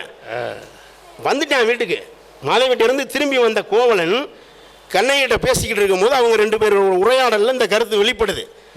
இவ்வளவு நாள் நீங்க பிரிஞ்சிருந்தது கூட எனக்கு வருத்தம் கிடையாது. நான் விருந்தோம்பல் செய்ய முடியாம ஒரு பெரிய இக்கட்டான நிலைமையில நான் இருந்தேன். அப்ப பண்பாடு என்ன சொல்லுது? கணவன் வீட்டில் இல்லை என்றால் அந்த பெண் விருந்தோம்பல் செய்தால் வெளி உலகம் தவறாக பேசிவிடும் அப்படின்ற பண்பாடை கட்டி காப்பாத்திருக்காங்க. கண்ணகி விருந்தோம்பல் செய்யவே இல்லைங்க. கண்டிப்பா கோவலன் வந்த பிறகுதான் மீண்டும் விருந்தோம்பலுக்கு அவங்க மனநிலை தயார் ஆகுறாங்க. கோவலன் வரும்போது கூட நீ இல்லைன்னு நான் வருந்தலடா, ஆனா நீ இல்லாதனால என்னால விருந்தோம்பல் செய்ய முடியலையேன்னு தான் நான் வருந்துறேன். எவ்வளவு பெரிய பண்பாடு இது! இந்த பண்பாடு எந்த பல்கலைக்கழகம் சொல்லிக் கொடுக்கும்? அனுபவம் தான் சொல்லிக் கொடுக்கும். அதனாலதான் ஃபர்ஸ்ட் சொன்னது கழித்தொகை. அது இன்னைக்கு இருக்கா? அதுதான் கேள்வியே. இன்றைய தலைமுறையிட்ட சுத்தமா இல்ல. எடுத்துக்காட்டு காட்டலாம்னாமா, அவங்க முடிவெட்ட பார்த்தாலே நமக்கு பதறுது. அப்படியே பள்ளிக்கூடத்துல பதறுது. அப்படியே என்னடா முடியுது, என்னடா என்ன வைக்க மாட்டேன், தலைக்கு என்ன வைக்க மாட்டேன், 2 கோடு போட்டிருக்கான், 4வே இந்த பக்கம் 8வே இந்த பக்கம் போட்டு இஷ்டத்துக்கு ஒட்டிட்டு வர்றான். சொன்னா முதல் கேட்க மாட்டேன். எங்க பெருசு சொன்னார்னா நின்றுவேன். 25 வயசுல அப்படின்றீங்க, பதறிடுவேன். சத்தம் கேட்டா எனக்கு உடம்பு ஆடிடும். இன்னைக்கு ஆடுது, எங்க ஆடுது, அப்படம் அப்படி சாடிட்டு போயிடுறான்.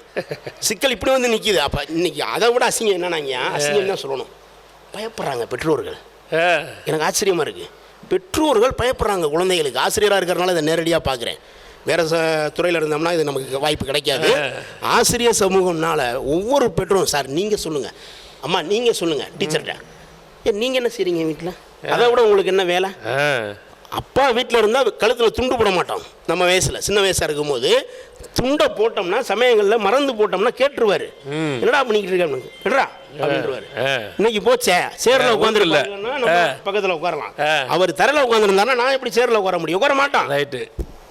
சில நேரம் வைவாரு, சில நேரம் அடி விழுந்துறேன். சாப்பிடும் போது சோத்து பருக்கு சிந்தக்கூடாது. இந்த பண்பாடு எங்க? சாப்பிட்டா தட்டை நீ தான் போய் கழுவி வைக்கணும். இந்த பண்பாடு எங்க? வீட்டில் பெருசு இருந்தாருன்னா சத்தமாக பேசக்கூடாது, சவுண்டு கேட்கக்கூடாது. அடுப்படியில் அம்மா கிட்ட பேசினா கூட அமைதியாக தான் பேசணும். சத்தம் அங்கே கேட்டுருச்சுன்னா வந்துடுவார், உள்ள அடுப்படிக்கு வந்துடுவார். அது ஒரு காலம். அது ஒரு காலம், கணக்காலம் மாதிரி ஆயிப்போச்சு. பாலுமேந்திரா பையன் வரையான 2 பேரும் குசு குசு பண்பிலான் பெற்ற பெருஞ்செல்வம் இருக்காரு. எதுன்னு சொன்னாரு? அடுத்த 2 குறள் சொல்றீங்க. பண்பிலான் பெற்ற பெரும் செல்வம் நண்பால் கலந்திமையால் திரிந்தற்று. பாத்திரம் பூரா கெட்டு போச்சு. இன்னைக்கு தான் நிலைமை. இன்னைக்கு பாத்திரம் பூரா அழுக்காயிருச்சு. எந்த பாத்திரத்தையும் சுத்த பாத்திரம் என்று நீங்கள் ஒண்ணுமே சொல்ல முடியாது. நீங்க மறுபரிசீலனை செஞ்சாலும் அதான் தீர்ப்பு. ஐயா எழுதி வச்சுக்கோங்க. என்ன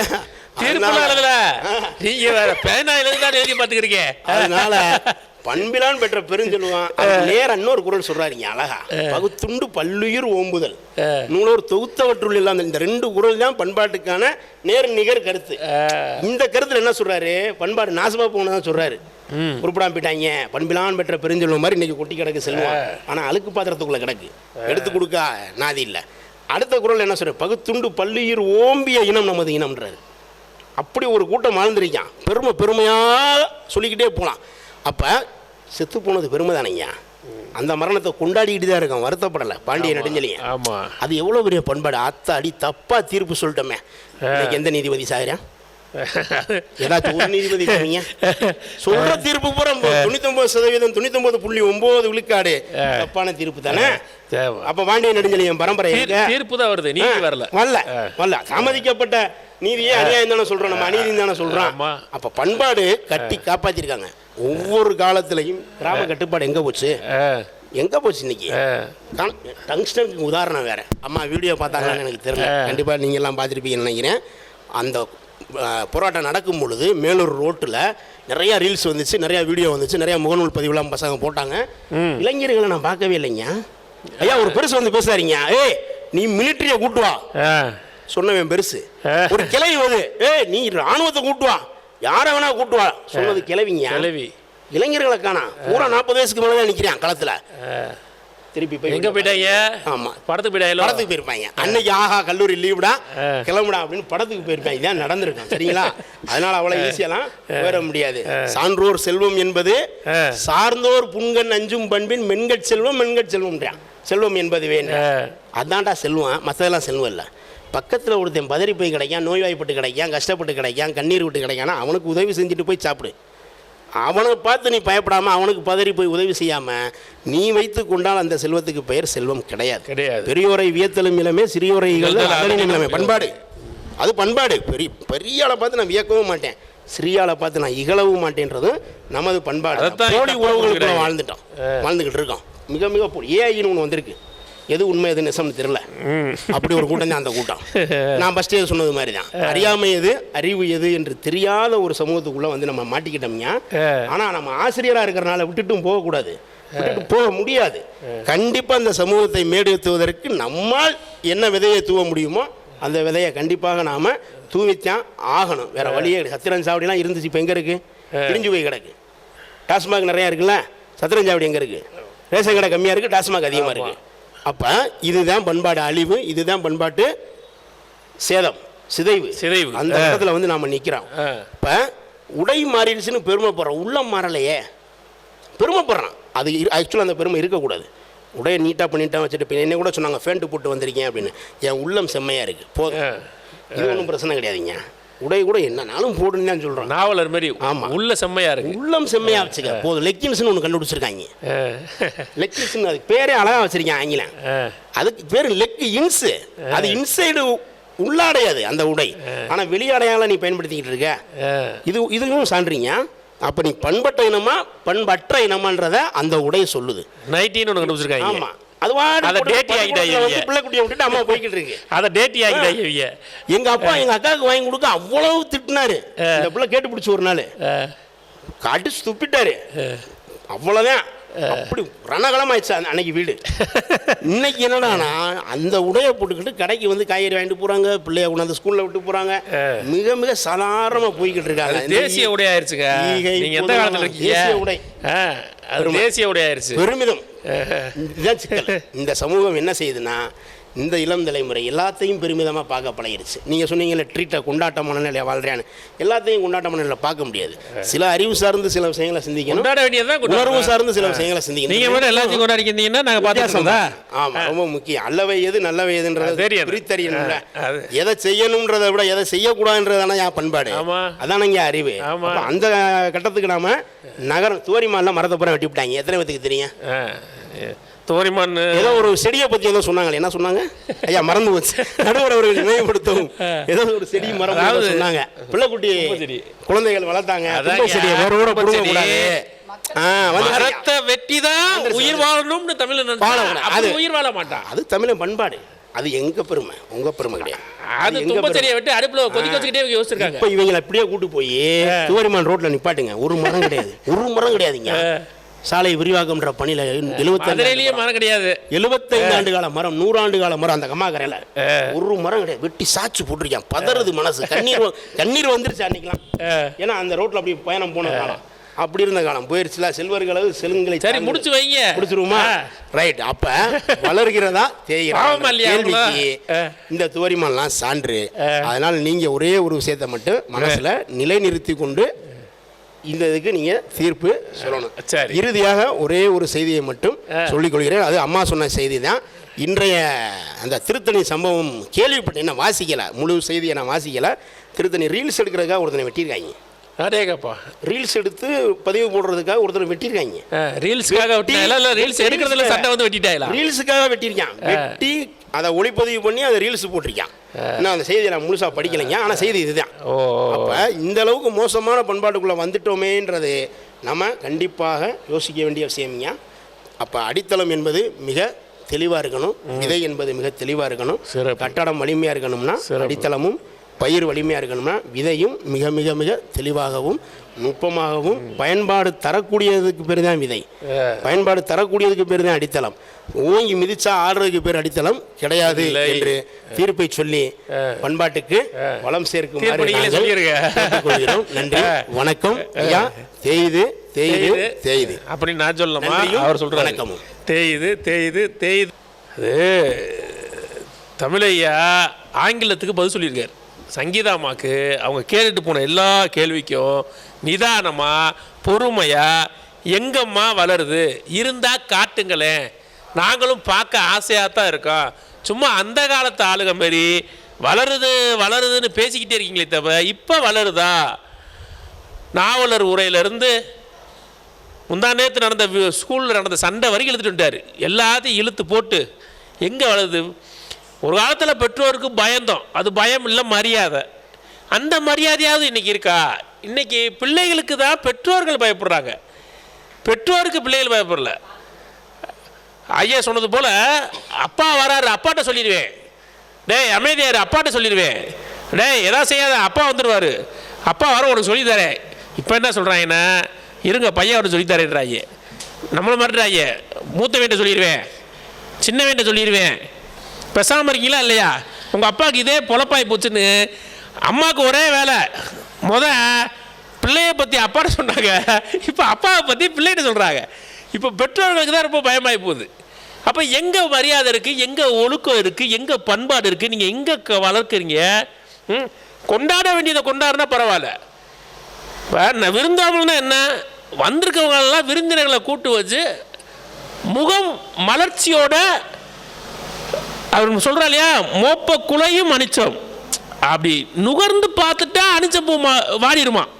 அப்படி விருந்தினர் வரும்போது முகத்தில் சின்ன மாற்றம் இருந்தால் கூட அவங்க வாடி போவாங்களாம். அப்படி இல்லாமல் விருந்தோம்பல் பண்ணணும்னு சொன்ன பண்பாடு இன்றைக்கி இருக்கா? நல்லா போய் நைட்டு 12 மணிக்கு பைபாஸ் ரோட்டில் நடுவில் நின்று கேக்கு வெட்டி கொண்டாடுறதுக்கு பேர் விருந்தோம்பலா? அதை உங்கள் ட்ரீட்டுன்னு கொண்டாடுறீங்களே, அதுக்கு பேர் விருந்தோம்பலா? அதை கேட்க அவங்களும் சாப்பிட மாட்டாங்க, அடுத்தவங்களும் கொடுக்க மாட்டாங்க. மூஞ்சியில் அப்பி, கையில் அப்பி, காலில் அப்பி, நைட்டு நடு ரோட்டில் பார்த்தோன்னே பேய் மாரி திரிவாங்க. அங்கிட்டும் இங்கிட்டும் கேக்கை தூக்கி போட்டு வயசானாலாம் கத்த விட்டு, இதுக்கு பேர் கொண்டாட்டமா? இது எங்கே இருக்குது? பண்பிலான் பெற்ற பெருஞ்சல் ரொம்ப அழகாக எடுத்து காய்ச்சாரு. 1000வது குறள் அது திருக்குறளில். ஏன் 1000ல் கொண்டு போய் வச்சாருன்னு? 1000 தான் இருக்கட்டும், அவ எப்பேற்பட்ட செல்வந்தராக இருக்கட்டும், ஆனால் அவன் பெற்றிருக்க பெருஞ்செல்வம் அந்த நண்பால் கலந்தீமையால் திரிந்தற்றுன்றது போல பாத்திரம் சரியில்லைன்னா அந்த செல்வத்தினால எந்த பயனும் இல்லைடான்றார். அந்த மாதிரி தான் பண்பு இல்லாமல் இளைய தலைமுறைகளில் எந்த பயனும் இல்லை. சும்மா இருக்குன்னு பெருமை பீத்தாதீங்க.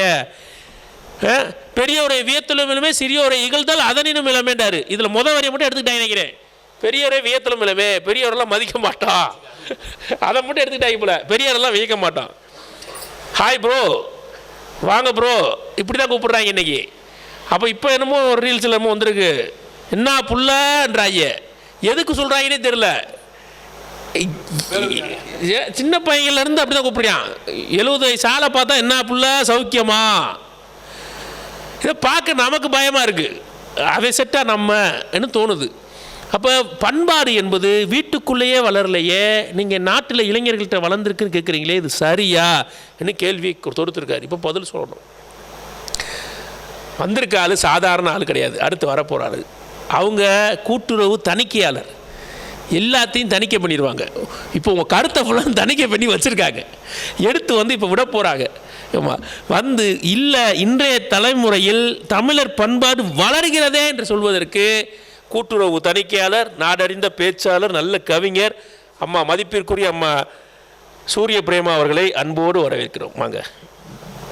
அனைத்து தமிழ் சொந்தங்களுக்கும், பாரதி இலக்கிய பேரவைக்கும், தமிழ் ஒளி தொலைக்காட்சிக்கும் என்னுடைய பொங்கல் வாழ்த்துக்களை தெரிவித்துக் கொள்கின்றேன். ஒரு கல் சிற்பியிடம் கிடைத்தால் அந்த கல்லை அழகாக சிற்பி செதுக்குவார்.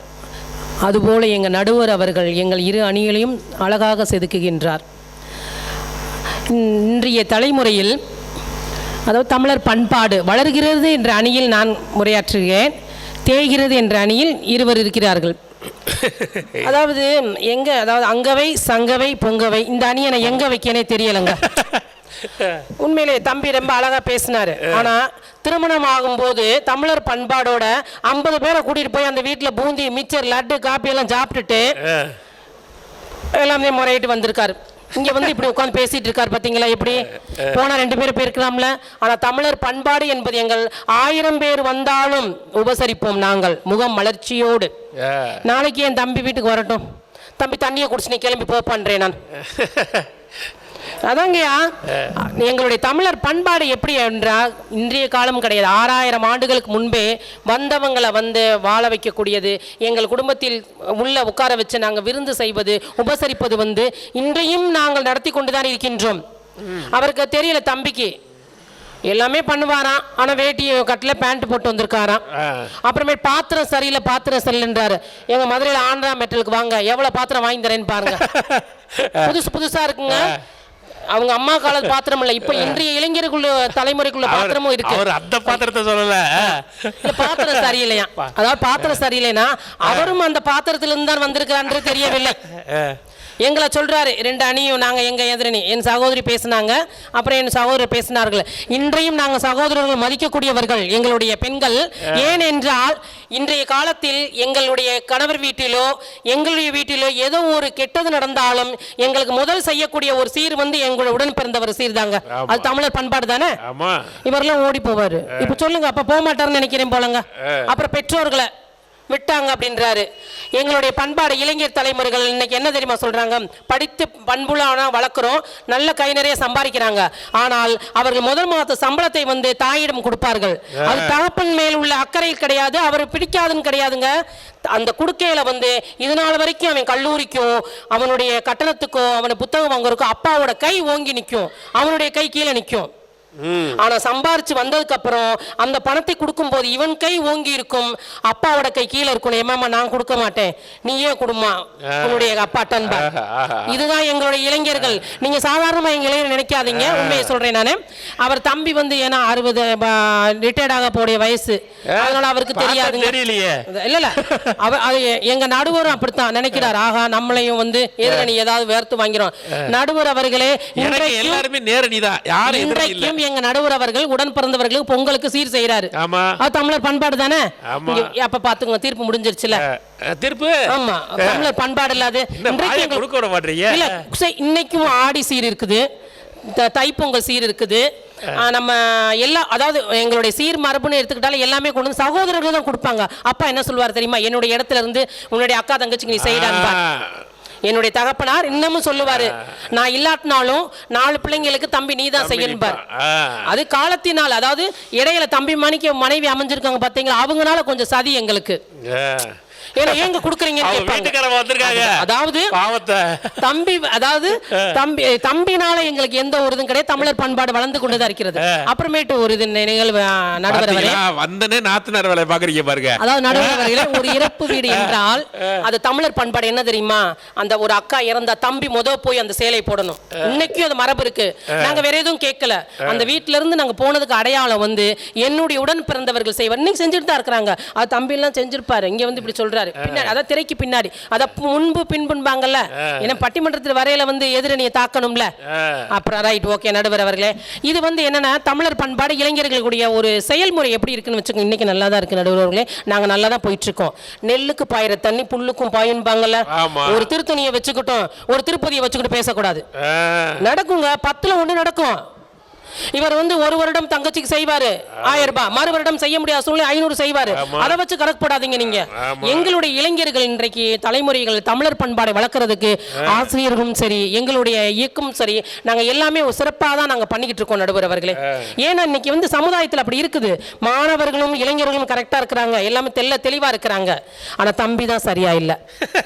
ஆமா, அவர் வந்து என்ன செய்யறதுன்னு புரியல. நடுவர் அவர்கள் தான் அவருக்கு இறுதி தீர்ப்பு வழங்கணும். இந்த இளைஞர் தான் சரியில்லை. ஆமா, இந்த இளைஞர் ஒரு அதான் சொல்றேன், நெல்லுக்கு பாயத்தின்னையும் புல்லுக்கு பாயம். இவர்தான் புல்லு, நாங்கெல்லாம் நெல். அதாவது சொல்றாரு, ஆனா அவர் அந்த கட்டத்துல இருக்கிறாருன்றத உணரல. அவர் அந்த கட்டத்துல இருக்கிறோம். ஆனா இன்னைக்கு மனநிலைகளோட நல்ல மாணவர்களும் இருக்கிறாங்க. அதுவும் அவர் ஆசிரியர் பணி செய்கிறாரு. பெற்றோர் சொல்றாங்களா நீங்க கண்டீங்கன்னு. ஆனால் இன்னைக்கு பல பேர் டாக்டரோ இன்ஜினியரோ எல்லாம் இருக்கிறாங்க. நல்ல ஆசிரியர்னால தான் அன்னைக்கு அந்த சமூகத்தை கொண்டு வந்து அவங்களும் சிறப்பான மாணவர்களாக இருக்கக்கூடியதுக்கு ஆசிரியர் தான் பங்கு. ஏன்னா பாதி பேர் வந்து இளைஞர்கள் வந்து ஒரு ரோல் மாடல் யாருன்னு கேட்ட ஆசிரியர் தான் சொல்லுவாங்க. அந்த ஆசிரியர்களிடம் வளர்ந்த மாணவர்கள் நல்ல முறையில் நல்ல தலைமுறை தமிழர் பண்பாடு தான் கொண்டு போயிருக்கிறாங்க. அப்புறமேட்டு சொன்னாங்க, ஒரு டிஸ்கவரி சேனல்ல வந்து நடுவர் அவர்களே, வேர்ல்டு டிஸ்கவரி சேனல்ல நம்மளுடைய அந்த தமிழர் பண்பாடு நாகரிகத்தை என்ன தெரியுமா சொல்றாங்க, இந்த வேர்ல்டு ஒன்லி லிவிங் சிவிலிகேஷன் அப்படின்னு சொல்லிட்டு டிஸ்கவரி ஆஃப் இந்தியாவோட சேனல் ஆவண தொகுப்பாளர் ஒருத்தர் என்ன சொல்லியிருக்காருன்னா, மைக்கேல் வுட்ஸ்ன்னு சொல்லிட்டு, எங்கேயுமே இல்லாத ஒரு தமிழர் பண்பாடு நாகரிகம் வந்து நம்மளுடைய இந்தியால, அதுவும் நம்ம தமிழ்நாட்டில் மதுரையை தான் சொல்லியிருக்காங்க அவங்க. உண்மையிலே அதை நீங்க எடுத்து பார்த்தீங்கன்னா தெரியும். ஏன் கேட்டீங்கன்னா, நம்ம மதுரையில நம்மளுடைய இளைஞர்களும் சரி, நம்மளுடைய தமிழர் பண்பாடும் விருந்தினர்களை வரவேற்பதும் சரி, அவர்களுக்கு உதவி செய்வதும் சரி, நட்பா பழகவும் சரி. எங்க இளைஞர்கள் சாதாரண ஆள் கிடையாதுங்க. புத்தாண்டு கொண்டாடுவோம், கேக் வெட்டுறோம், ஒரு வருஷத்துல ஒரு நாள் தானங்க. ஆனா எங்களுடைய ஆசிரியர் வந்து டெய்லி கொண்டாடி இருக்கிறார். அவங்க மனைவி எங்கிட்ட கம்ப்ளைண்ட் பண்றாங்க, டெய்லி கேக் வெட்டுறாராம், பக்கத்து வீட்டுக்கு கொடுக்குறாரு. ஆமா, டெய்லி கேக் வெட்டுறாரு, பக்கத்து வீட்டுக்கு கொடுக்குறாரு. ஆனா எங்க இளைய தலைமுறை ஒரு வட்டம் தாங்க வெட்டுறோம், இவர் வெட்டிக்கிட்டே இருக்கிறாரு. அது தெரியல அவருக்கு. அவங்க மனைவி எங்கிட்ட சொல்றாங்க முன்னாடி பேசுறதுக்கு முன்னாடி. ஏன்னா அதெல்லாம் வந்து இவருக்கு, அதாவது மனைவி வளர்ப்பு சரியில்லை. இவரிடம் இருக்கின்றது எல்லாம் எங்களிடம் தெளிவாக இருக்கின்றது எல்லாம். அதுதான் ஒரு கருத்து நடுவர் அவர்களே அவர் சொல்றாரு. அப்புறம் இளைய தலைமுறை இன்னும் சில நிறைய சொல்லலாம் நடுவர்களே. ஒரு போராட்டம்னு வச்சுக்கோங்களேன், மாப்பிள்ள வாடா எந்திரி வாடா, செல்ல ஒரு போன் தான் நடுவர் அவர்களே. எனி டைமும் உடனே வந்துருவாங்க இளைய தலைமுறை. எதுக்காண்டி? எங்களுடைய சமுதாயத்தையும் எங்களுடைய சூழ்நிலையும் காப்பாத்துறதுக்காண்டி. ஒரு பெண்ணுக்கு ஒண்ணுனா கூட ஓடி வந்துருவாங்க நடுவர்களே. என்னுடைய சகோதரர்களும் இளைஞர்களும் இன்னைக்கு தலைவர் இளைமுறைகள் எங்க விட்டு கொடுத்துருக்காங்க எங்களுடைய இளைஞர்கள் சொல்லுங்க பார்க்க. ஏதாவது திருத்தணி ஒரு சம்பவம், அதுமே வந்து தவறுதான், நாங்க அதை சொல்றோம், நாங்க எங்களுடைய இணையறியலும் ஒத்துக்கிறோம். ஆனா தவறு நடக்காத அளவுக்கு அந்த தவறை தூண்டி விட்டது யாருன்றது தெரியவில்லை. அது மறைமுகமா வச்சுக்கிருவோம், எதிரணியும் தெரியல, அப்படி வச்சுக்கிறோம். ஏன்னா அப்ப குற்றவாளிகளே கேளுங்க, அதாவது அந்த எதுவுமே வந்து நம்ம எதிர்பார்த்து செய்யறது கிடையாது. தமிழருடைய பண்பாடோ சரி, நம்மளுடைய இன்றைய இதுலையும் சரி, எல்லாமே நாங்க தெளிவா தான் இருக்கிறோம். எங்க இளைய தலைமுறைகள் ஒவ்வொன்றையும் நாங்க கொண்டு போறதுக்கு ரொம்ப தயாரா இருக்கிறோம். ஆனா எங்களுடைய எதிரணியில தான் எங்களை புரிஞ்சுக்க மாட்டேன்றாங்க. அவங்க சுத்தமா புரியல, எப்படி வந்து இப்படி உட்கார்ந்துருக்காருன்னு தெரியல, மனசாட்சியே இல்லாம உட்கார்ந்துருக்காங்க. அந்த இன்னொரு அம்மா சகோதரி பேச போறாங்க, அவங்க என்ன சொல்ல போறாங்கன்னு தெரியல. அவங்களும் போய் தான் நடுவர் அவருக்கு இந்த பதிலை வந்து நான் உண்மையிலே ஏத்துக்கொள்கின்றேன். ஏன்னா அப்பயுமே நாங்க விட்டு கொடுக்க மாட்டோம் நடுவர் அவர்களே. எங்க சகோதரர்ன்றது எங்களை குறை சொன்னாலும் எங்களுடைய சகோதரன் என்று நாங்கள் விட்டு கொடுக்க மாட்டோம். அதாவது புகுந்த வீட்டில் வந்து ஒன்று தெரிஞ்சுக்கோங்க, எங்கள் இளைய தலைமுறை பெண்கள் என்னைக்குமே வந்து அன்னை வந்து 100 ரூபாய் கொடுத்துருப்பாரு, 1000 ரூபாய் கொடுத்துருக்கான்போம். அதை தமிழர் பண்பாடுன்னு சொல்லுவோம் நடுவர்களே நாங்கள். அது தமிழ் பண்பாடு தான். ஆமா, 100 ரூபா கொடுத்ததை வீட்டுக்கார்ட்ட போய் 1000 ரூபா கொடுத்தாருன்னு அள்ளி விடுறது. ஏன்னா எங்களுடைய தமிழர் பண்பாடுல வந்து சகோதரர்களை வந்து மதிக்கணும். இளைய தலைமுறைகளுக்கு பெண்கள் வந்து அந்த மாதிரி சூழ்நிலை இருப்போம். ஏன்னா எங்க வீடையும் காப்பாற்றணும், புகுந்த வீடையும் காப்பாற்றணும், எங்களோட சகோதரையும் காப்பாற்றணும்ல. அவருக்கும் அங்க வந்து தமிழர் பண்பாடுல வந்து எங்க வந்து நாங்க போய் எங்க புகுந்த வீட்டுல இருந்து வந்துகிட்டு எங்க அண்ணன் இப்படி செஞ்சுட்டாரு சொல்லக்கூடாது இல்ல. அது இழிவு எங்களுக்கு. அதனால அதையும் நாங்க மேனேஜ் பண்ணுவோம் நடுவர் அவர்களே. இது வந்து எந்த காலத்திலும் தமிழரை ஒன்று இனம் உண்டு, அதற்கும் தனியே ஒரு குணம் உண்டு. அப்படி ஒரு சூழ்நிலையிலையும் நாங்கள் எங்க தமிழ் பண்பாடை என்றும் மறக்க மாட்டோம். இனிமேலும் கிடையாது. இனி காலம் தொட்டும் இன்னமும் 6000 ஆண்டுகளும் சரி, 2000 ஆண்டுகளும் சரி, இன்னும் எத்தனை ஆண்டுகள்னாலும் தமிழர் பண்பாடு தமிழர்கள் என்றுமே வந்து அது வந்து வளர்ந்து கொண்டுதான் இருக்குமே தவிர. செடி வச்சாங்களாம், எங்க அம்மா என்ன செஞ்சாங்க, கொரோனா டயத்துல இவரு அந்த வேப்ப மர இலையவே புடுங்கிட்டார். வேப்ப மரத்தவே புடுங்கிட்டார். அது வேப்ப மரம் ஜாரு கொடுக்கணும்னு சொன்ன உடனே மரத்துல உள்ள ஒரு இலைய கூட இல்ல, அவர் புடுங்கிட்டார். எங்க சகோதரி ஒரே ஒரு செடியை தான் நட்டாங்க. ஆனால் அந்த செடியும் நாங்கள் பக்கத்தில் நட்டு வச்சுதான் அத்தை செடியை புடுங்குவோம். தமிழர் பண்பாடு நடுவர் அவர்களே, 1000 மடங்கள் நீ எனக்கு வெட்டினாலும் ஒரு மரத்தையாவது நட்டு தான் நாங்க 1000 மரத்தை வெட்டுவோம். தூரிமான்ல சொல்றாரு. அந்த தூரிமானுக்கு வந்து ஐடியா கொடுத்தது இவர் தான் போல வெட்ட சொல்லி. எனக்கு தெரியல நடுவர் அவர்களே. ஹைவேஸ்ல எதுவும் சொல்லியிருப்பாரோ, போக்குவரத்துக்கு இடைஞ்சலா இருக்கு வெட்டுங்கன்னு. இங்க வந்து இப்போ சொல்லிட்டு இருக்காரு நாங்க தான் வெட்டோமோ. நாங்க வெட்டுவதற்கு அல்ல அணி அவர்களே, எல்லா இனத்தையும் சேர்க்கக்கூடிய ஒரு சமூக தமிழ் பண்பாடு உள்ள ஒரு அணிதான் எங்களுடைய அணி என்று எங்களுடைய அணி நடுவர் அவர்கள் அப்படி சொல்லிக்கொண்டு எங்களுடைய அணிக்கு வலு சேர்க்கும் விதமாகவும் எதிரணிக்கு நாங்கள் பாராட்டக்கூடியவர்களாகவும் இந்த முறையை நான் முடித்துக் கொள்கின்றேன் அமைதியான முறையில். மகிழ்ச்சி. இப்படி தங்கமான ஆளை பார்த்துருக்கீங்களா எங்கேயாவது? உங்களையும் வாழ்த்திட்டு போகிறாங்க. என் தம்பி தங்கச்சி நல்லா இருக்கட்டும், என் சகோதரி நல்லா இருக்கட்டும். ஏதோ தெரியாமல் பண்ணிச்சுங்க, சின்ன சிறுசுங்க பெரிய தெரியாமல் பேசுதுங்க, பெரிய மனுஷன் தினமா மன்னிச்சு விடுவோன்ட்டு விட்டு போகிற அளவுக்கு ரொம்ப தமிழர் பண்பாட்டோடு போயிருக்காங்க. ரொம்ப அழகாக நம்ம முன்னாடியே சொன்னோம் இல்லையா, அவங்க ஒரு தணிக்கையாளர்னோம் சொற்களை இவங்க போட்ட எல்லா மாலையும் எடுத்து அதை பிரித்து அவங்களுக்கே ரிப்பீட்டு, இது நீங்கள் தான், அதுவும் நீங்கள் தான், அதுவும் நீங்கள் தான். ரொம்ப அழகாக ரொம்ப நுணுக்கமாக சில செய்திகள் சொன்னாங்க. அந்த சீர் சொன்னாங்க பார்த்தீங்களா, நீங்கள் உலகத்தில் வேறு எங்கேயுமே இல்லை, இந்தியாவிலையுமே தெற்கில் தென்னிந்தியாவில் அதிலும் குறிப்பாக தமிழகத்தில் தான் அந்த உடன் பிறந்தவர்களோட சீருன்னு ஒன்று கொடுப்பாங்க. அது மேலே விமர்சனங்கள் நிறையா இருக்குது. அது வந்து மொய் வாங்குறாங்க அப்படின்னு நம்ம நிறைய விமர்சனங்கள் வச்சாலும் அதற்கான காரணம்னு ஒன்று இருக்குல்ல. எதன் அடிப்படையிலையும் அந்த ஒட்டு உறவு விட்டுறக்கூடாது. நல்லது கெட்டது பொம்பளை பிள்ளைக்கு என்ன நடந்தாலும் இந்த வீட்டில் இருந்த அண்ணன் தம்பி போய் நிற்பாங்க, அவனால் முடிஞ்சதை கொடுப்பான். அவன் அங்கே எதுவுமே இல்லையா, பொருளே இல்லையா, ஆளாகாவது போய் நிற்பான் முதலா. ரொம்ப அழகாக சொன்னாங்க. அது பண்பாடா இல்லையா? இன்றைக்கி வரைக்கும் அந்த பண்பாடு எங்கேயாவது போயிருக்கா, குறைஞ்சிருக்கா? தமிழர் பண்பாடு அதுதானே. இன்றைக்கி அதை தானே நம்ம தூக்கி பிடிக்கிறோம். விதிவிலக்குகள் இருக்கும், அங்கே ஒன்று இங்கே ஒன்று இருக்கும். அந்த விதிவிலக்குகளே விதின்னு எப்படி சொல்ல போச்சு? விதிக்கு விலக்குகள் விதியாகாதுன்னு ரொம்ப அழகாக நிறையா விஷயங்களை அவங்க பகிர்ந்துருக்காங்க. எதிரணி இருப்போமா வேணாமா, பதில் சொல்லுவோமா வேணாமான்னு ஒரு இரட்டை மனநிலையில் இருக்கிற மாதிரியே தெரியுது எனக்கு. இருந்தாலும் கவிஞர் ஐயாவை தேத்திட்டு பேராசிரியர் நான் இருக்கேன், நான் போய் அவங்களுக்கு பதில் சொல்கிறேன்னு வெள்ளச்சாமி நாடார் கல்லூரியின் பேராசிரியர் முனைவர் வித்யா அவர்கள் இன்றைய தலைமுறையில் தமிழர் பண்பாடு எங்கெங்க வளருது தேய்கிறதுன்னு எதிரணியினருக்கு பதில் சொல்லி நிறைவு பேச்சாளராக வருகிறார். வாங்க. நடுவர் உள்ளிட்ட சபைக்கு என் முதற்கண் வணக்கத்தினை தெரிவித்துக் கொள்கிறேன். பாரதி இலக்கிய பேரவை மற்றும் தமிழ் ஒளி தொலைக்காட்சி இணைந்து நடத்துகின்ற பட்டிமன்றத்தில் இன்று இணைந்திருக்கிறோம். தமிழறிந்தோர் நெஞ்சமெல்லாம் வீற்றிருக்கக்கூடிய தமிழ் தாய் அவளை வணங்கி எனது உரையை கருத்தை முன்வைக்க முயலுகிறேன். ஐயா, ஒரே ஒரு விஷயம் மட்டும் வேண்டுகோளாக முதல்ல வச்சிடுறேன். என்ன மாதிரி அழகா, என்ன மாதிரி அழகா வீட்டில் வந்திருக்காரு. இல்ல கண்ணாடி 2 வாங்கி கொடுங்கன்னு சொல்ல வந்தீங்க, வேற ஒண்ணும் இல்ல. ஏன்னா இவங்க பாக்குறதெல்லாம் சமூகத்துல என்ன நடக்குதுன்னே பார்க்க மாட்டாங்க போல. இவங்களுக்கு வாச்சிருக்கிற கண்ணு மாதிரி எவனுக்கும் வாச்சிருக்காதுன்னு நினைக்கிறேன். அதனால ஒரு நல்ல கண்ணாடியா நல்ல கடையில பார்த்து வாங்கி கொடுத்தீங்கன்னா உங்க சொந்த செலவுல கொஞ்சம் நல்லா இருக்கும். மதிப்பாவே பேசிக்கிறாங்க. ஆமா, என்னங்கய்யா எதையும் பேச மாட்டேங்கிறீங்க. வட்டமா இருந்த கிணத்தை காணோங்கிற மாதிரி ஏதோ ஒன்ன பேசிட்டு வளர்ந்துச்சுன்னா நான் எங்க வளர்ந்துச்சு, நீங்க தான் வேரோட தும்ப செடியை புடுங்கிட்டு போயிட்டீங்களே, அப்புறம் எங்கய்யா வளர்ந்துச்சு? அவர் தான் சொல்றாரு, உண்மையிலேயே போய் பாருங்கய்யா துவரி மாண்டலங்கிற, கேட்க மாட்டேங்கிறாங்கய்யா.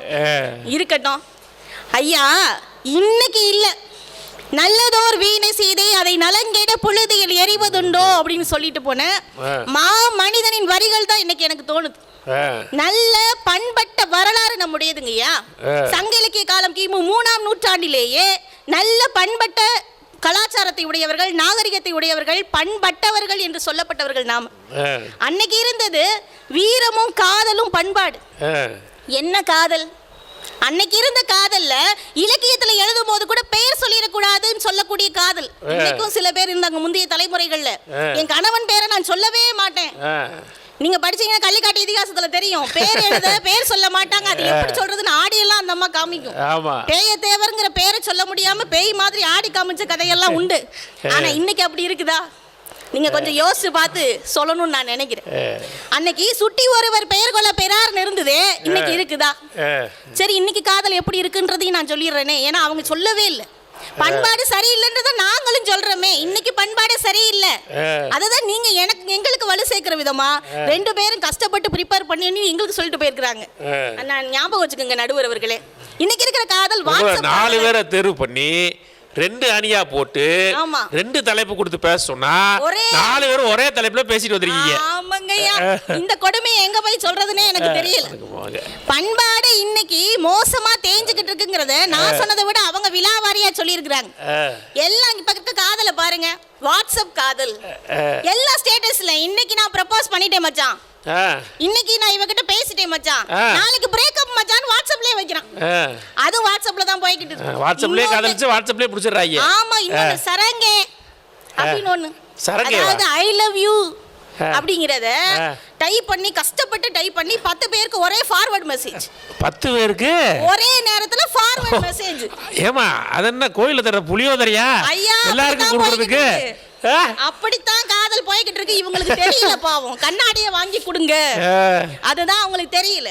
சரி, காதல் ஒருவேளை சிக்கலுக்குள்ள மாட்டிக்கிடுச்சுன்னா அன்னைக்கு இருந்த ஆண்மகன் என்ன செஞ்சான்னா, மா என மடலும் ஊர்ப, பூ என குவிமுகள் எருக்கங் கண்ணியும் சூடுப, மரகின் நாற்கவும் படுப, பிரிதும் ஆகுப காம கால் கொளினேங்கிறார். என்னமோ சொல்லிட்டேன்னு நினைச்சிட வேணாம். அன்னைக்கு பனங்கருக்குல செஞ்ச எந்திரிச்சு போயிட்டாங்க இருக்கும். தமிழ்ல பேசினாலே ஐயா இதை நான் சொல்லணும்னு ஆசைப்படுறேன். இனிமேல் இன்னைக்கு இருக்கிற தலைமுறை என்ன செய்வாங்களா, நம்மளையெல்லாம் கொண்டு போய் ஒரு மியூசியத்தில் அடைச்சு வச்சிருவாங்க. என்ன பண்பாடு, இந்த என்ன ஜீவன்னே தெரியல, என்ன மிருகம்னே தெரியல, தமிழ்லயே பேசிக்கிட்டு இருக்காமனு ஒரு காலத்துல வித்துருவான். ரீல்ஸ் நாளைக்கு போடுவான் பாருங்க, இந்த ஜீவன் என்ன ஜீவன்னே தெரியல, தமிழ்லயே பேசுது. பூமர் தலைமுறை கண்டிப்பா. இதையெல்லாம் பார்த்துட்டு தைரியமா 2 பேர் வந்து உட்கார்ந்து இருக்காங்க. எனக்கு ஆச்சரியமா இருக்கு, எப்படியா இப்படிலாம் வந்து உண்மையிலேயே 500 ரூபாய் கேட்ட மன தைரியத்தை பாராட்டிக்கிற மாதிரி இந்த அடியை பாராட்டுகிறேன். கண்டிப்பா பாராட்டணுங்கய்யா. காதல் இந்த நிலைமையில போய்கிட்டு இருக்கு. ஒருவேளை அந்த பிள்ளைக்கு முடியாம போயிருச்சுன்னா, ஒரு சிக்கல் வந்துருச்சு காதல்னா, அப்படி பனங்கருக்குல ஓலையில குதிரை செஞ்சு அது மேல ஏறி நின்று எப்படியாவது காதலை கைப்பிடிச்சே ஆகணும் இருந்த பழைய தலைமுறை, நம்மளுடைய சங்கம் சொல்கிற தலைமுறை. இன்னைக்கு எப்படி இருக்கு, ஒருவேளை பிரேக்கப் ஆயிடுச்சுன்னா முதல்ல பாட்டு என்ன பாட்டு, எவண்டி ஒன்னா பெத்தான் பெத்தான் பெத்தான் பெத்தான், கையில கிடைச்சா செத்தான். இன்னைக்கு திருத்தணியில நடந்தது அதுதான் நடந்தது. யாருன்னே தெரியல, 3 பசங்க ஒரு பையனை போட்டு வெட்டுறான், கறிக்கடையில வச்சிருக்கிற கத்தியை வச்சு வெட்டுறான், ரீல்ஸ் எடுக்கிறாத. என்ன நடந்தாலும் ஏது நடந்தாலும் ரீல்ஸ்ல பாப்புலர் ஆனா போகுதுன்னு நினைக்கிற இன்னைக்கு தலைமுறையை பத்தி நீங்க பேசுறீங்க, கொஞ்சம் யோசிச்சு பேசுங்க. எனக்கு உண்மையிலேயே நகைச்சுவையா பேசிட்டு போயிடணும்னு தான் ஆசை.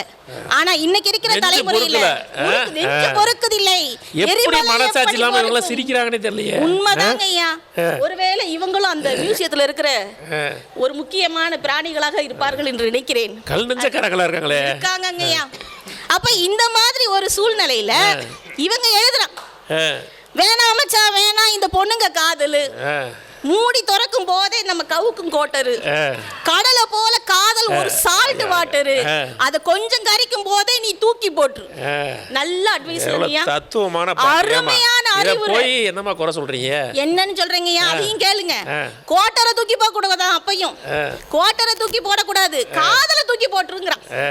எதை தூக்கி போடணுன்றதுல அவனுக்குள்ள ஏதோ பிரச்சனை போல இருக்கு.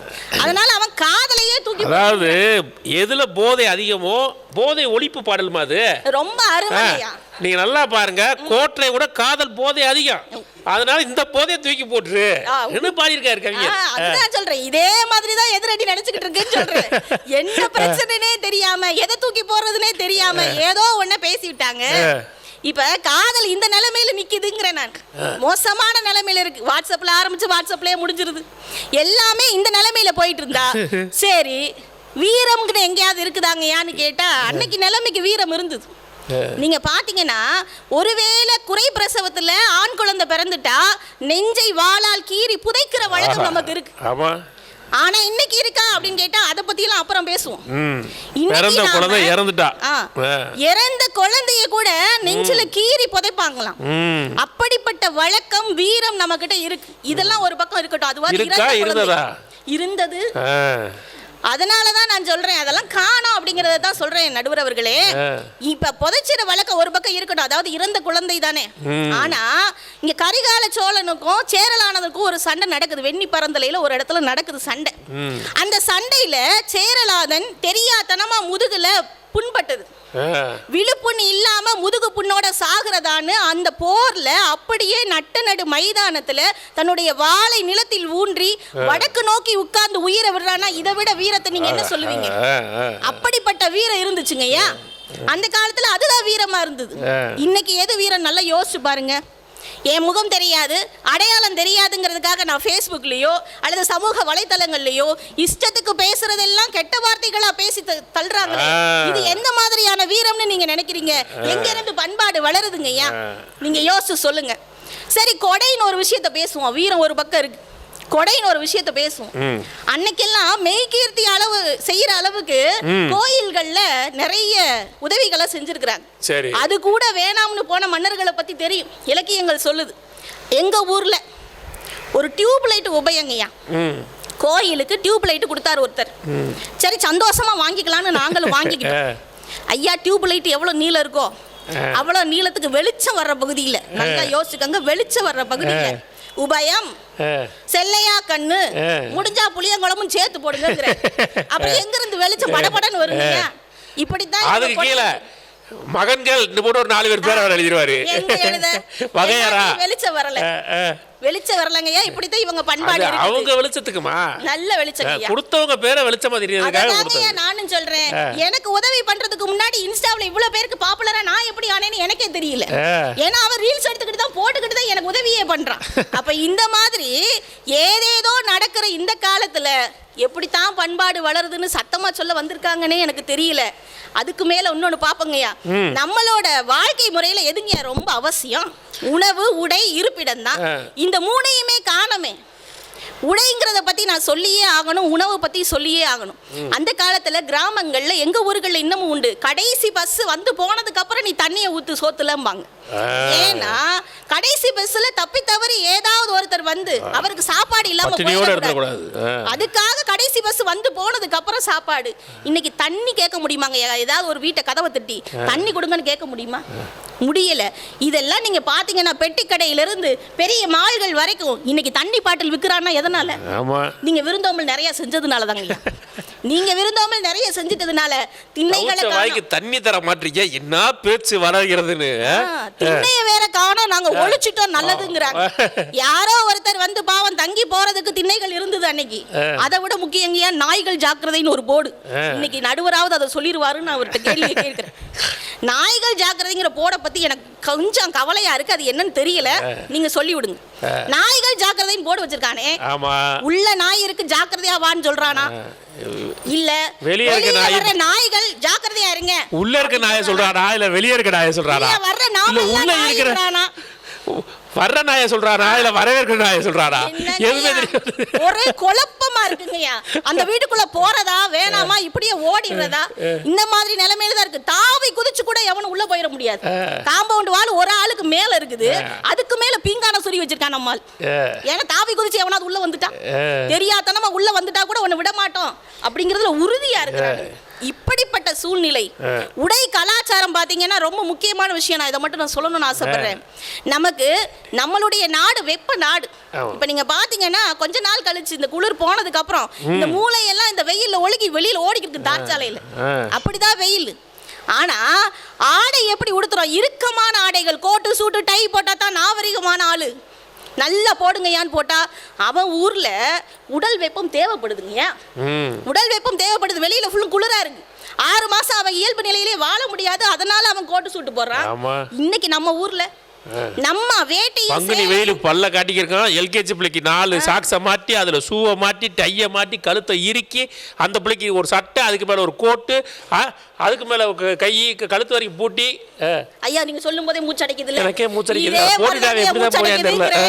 இந்த உடைகளை போட்டு மூச்சடைக்க வைக்கிறாங்கங்கிற நம்மளுடைய வேட்டிகளும் சேலைகளும் யோசிச்சு பாருங்கய்யா. நம்ம இயல்புக்கு தகுந்தவாறு நம்ம ஐயா விவசாயத்துக்கு இறங்கி போனாருன்னா கோவணமா கட்டியிருப்பாரு. வெளியில போகணும்னா பாதியை 2ஆ மடிச்சு கட்டியிருப்பாரு. ஒருவேளை அவரை மணமகனா போகணும்னா தலைய வேட்டி கட்டிட்டு போறாரா? ஒரே வேட்டி. என்னங்கய்யா ஒரு வேட்டி. சேலை அப்படிதாங்க. நாட்டு நடும் பெண்கள் கட்டுற மாதிரி மணப்பெண்ணும் கட்டுறாங்க. அப்போ இதையெல்லாம் தெரியாமையே நாங்க கலாச்சாரத்தை பின்பற்றுறோம், பண்பாடை பின்பற்றுறோம். எங்கெங்கயா பின்பற்றுறீங்க? கொஞ்சம் யோசிச்சு சொல்லுங்க. ஒட்டிக்கோ கட்டிக்கோ வந்துட்டாங்க இப்ப. ஆமா, ஒட்டிக்கோ கட்டிக்கோ எல்லாமே அப்படிதான். இன்னும் ஜிப்பு தான் வைக்கிறாங்க. இன்னும் கொஞ்சம் அதிகம் வச்சிருவாங்க. அதுவுமே அழகு சார்ந்து போய்கிட்டு இருக்குங்கய்யா. இதுல கொஞ்சம் யோசிக்க வேண்டிய விஷயமா நான் நினைக்கிறது, இன்னைக்கு இருக்கிற சேலைகளும் வேட்டிகளும் நவநாகரிகத்தின் உச்சமாக மக்கள் உணர்ந்து பயன்படுத்துறாங்கன்னு இல்ல. அவங்க என்ன செய்யறாங்கன்னா 0 சைஸ் ஹிப்புன்னு ஒன்று, 0 சைஸ் ஹிப்பு காலையில சாப்பிடுறது கிடையாது. இடுப்பை வந்து அளவா வச்சிருந்தா தான் சேலையை கட்ட முடியும், வேட்டியை கட்ட முடியும்னு இன்னைக்கு இருக்கிற பசங்க நினைக்கிறது மாதிரி இன்னைக்கு ஆயிருக்கு. அதையெல்லாம் யோசிச்சு பார்க்கணுங்க ஐயா. அது போக மனிதம்ங்கிற ஒண்ணு ரீல்ஸ்களில் போய் கொண்டு இருக்கிறதும், ரத்த வெள்ளத்தில் ஒருத்தங்க இருக்கும்போது கூட ஃபேஸ்புக் லைவ் போயிட்டு இருக்கிறதும், அதே மாதிரி ஒருத்தர் ஏதாவது ஒன்று சுனாமியோ இல்லை ஏதோ ஒன்று நடந்தா கூட அங்க நம்ம நல்ல சாவகாசமா வரவேற்பறையில் உட்கார்ந்து சாப்பிட்டுட்டு பார்த்துக்கிட்டு இருக்கிறதும், இதெல்லாம் நடந்து கொண்டு இருக்கிற இன்றைய நிலைமையில எந்த வகையிலையும் பண்பாடு வளரவே இல்லை. தேய்கிறது தேய்கிறது தேய்கிறது என்று சொல்லி அதை நம்பலைன்னா 4 பேருக்கு கண்ணாடியை வாங்கி கொடுங்கன்னு சொல்லி என்னுடைய உரையை முடித்துக் கொள்கிறேன். நன்றி, வணக்கம். 4 பேருக்குன்றீங்க, உங்களுக்கு சேர்த்தா? சிறப்பு சிறப்பு சிறப்பு. அவங்க பேச்சாளர் மட்டும் இல்லை, பேராசிரியரும் கூடன்றனால வந்து பாடம் எடுத்துகிட்டு போயிட்டாங்க. உட்காருங்க. கண்ணாடி போட்டிங்களா? போர்டு தெரியுதா? எழுத்து தெரியுதா? நல்லா பாருங்க. எந்த உலகத்தில் இருக்கீங்க? இந்த டாக்டர் கேட்பார்ல, தெரியுதா? இப்போ வருதா உணர்வு? வருதா? தொட்டு பார்க்குறேன், இங்கே தொட்டு பார்க்குறேன், உணர்வு வருதான்ற மாதிரி முழிங்கம்மான்னு குலுக்கியிருக்காங்க.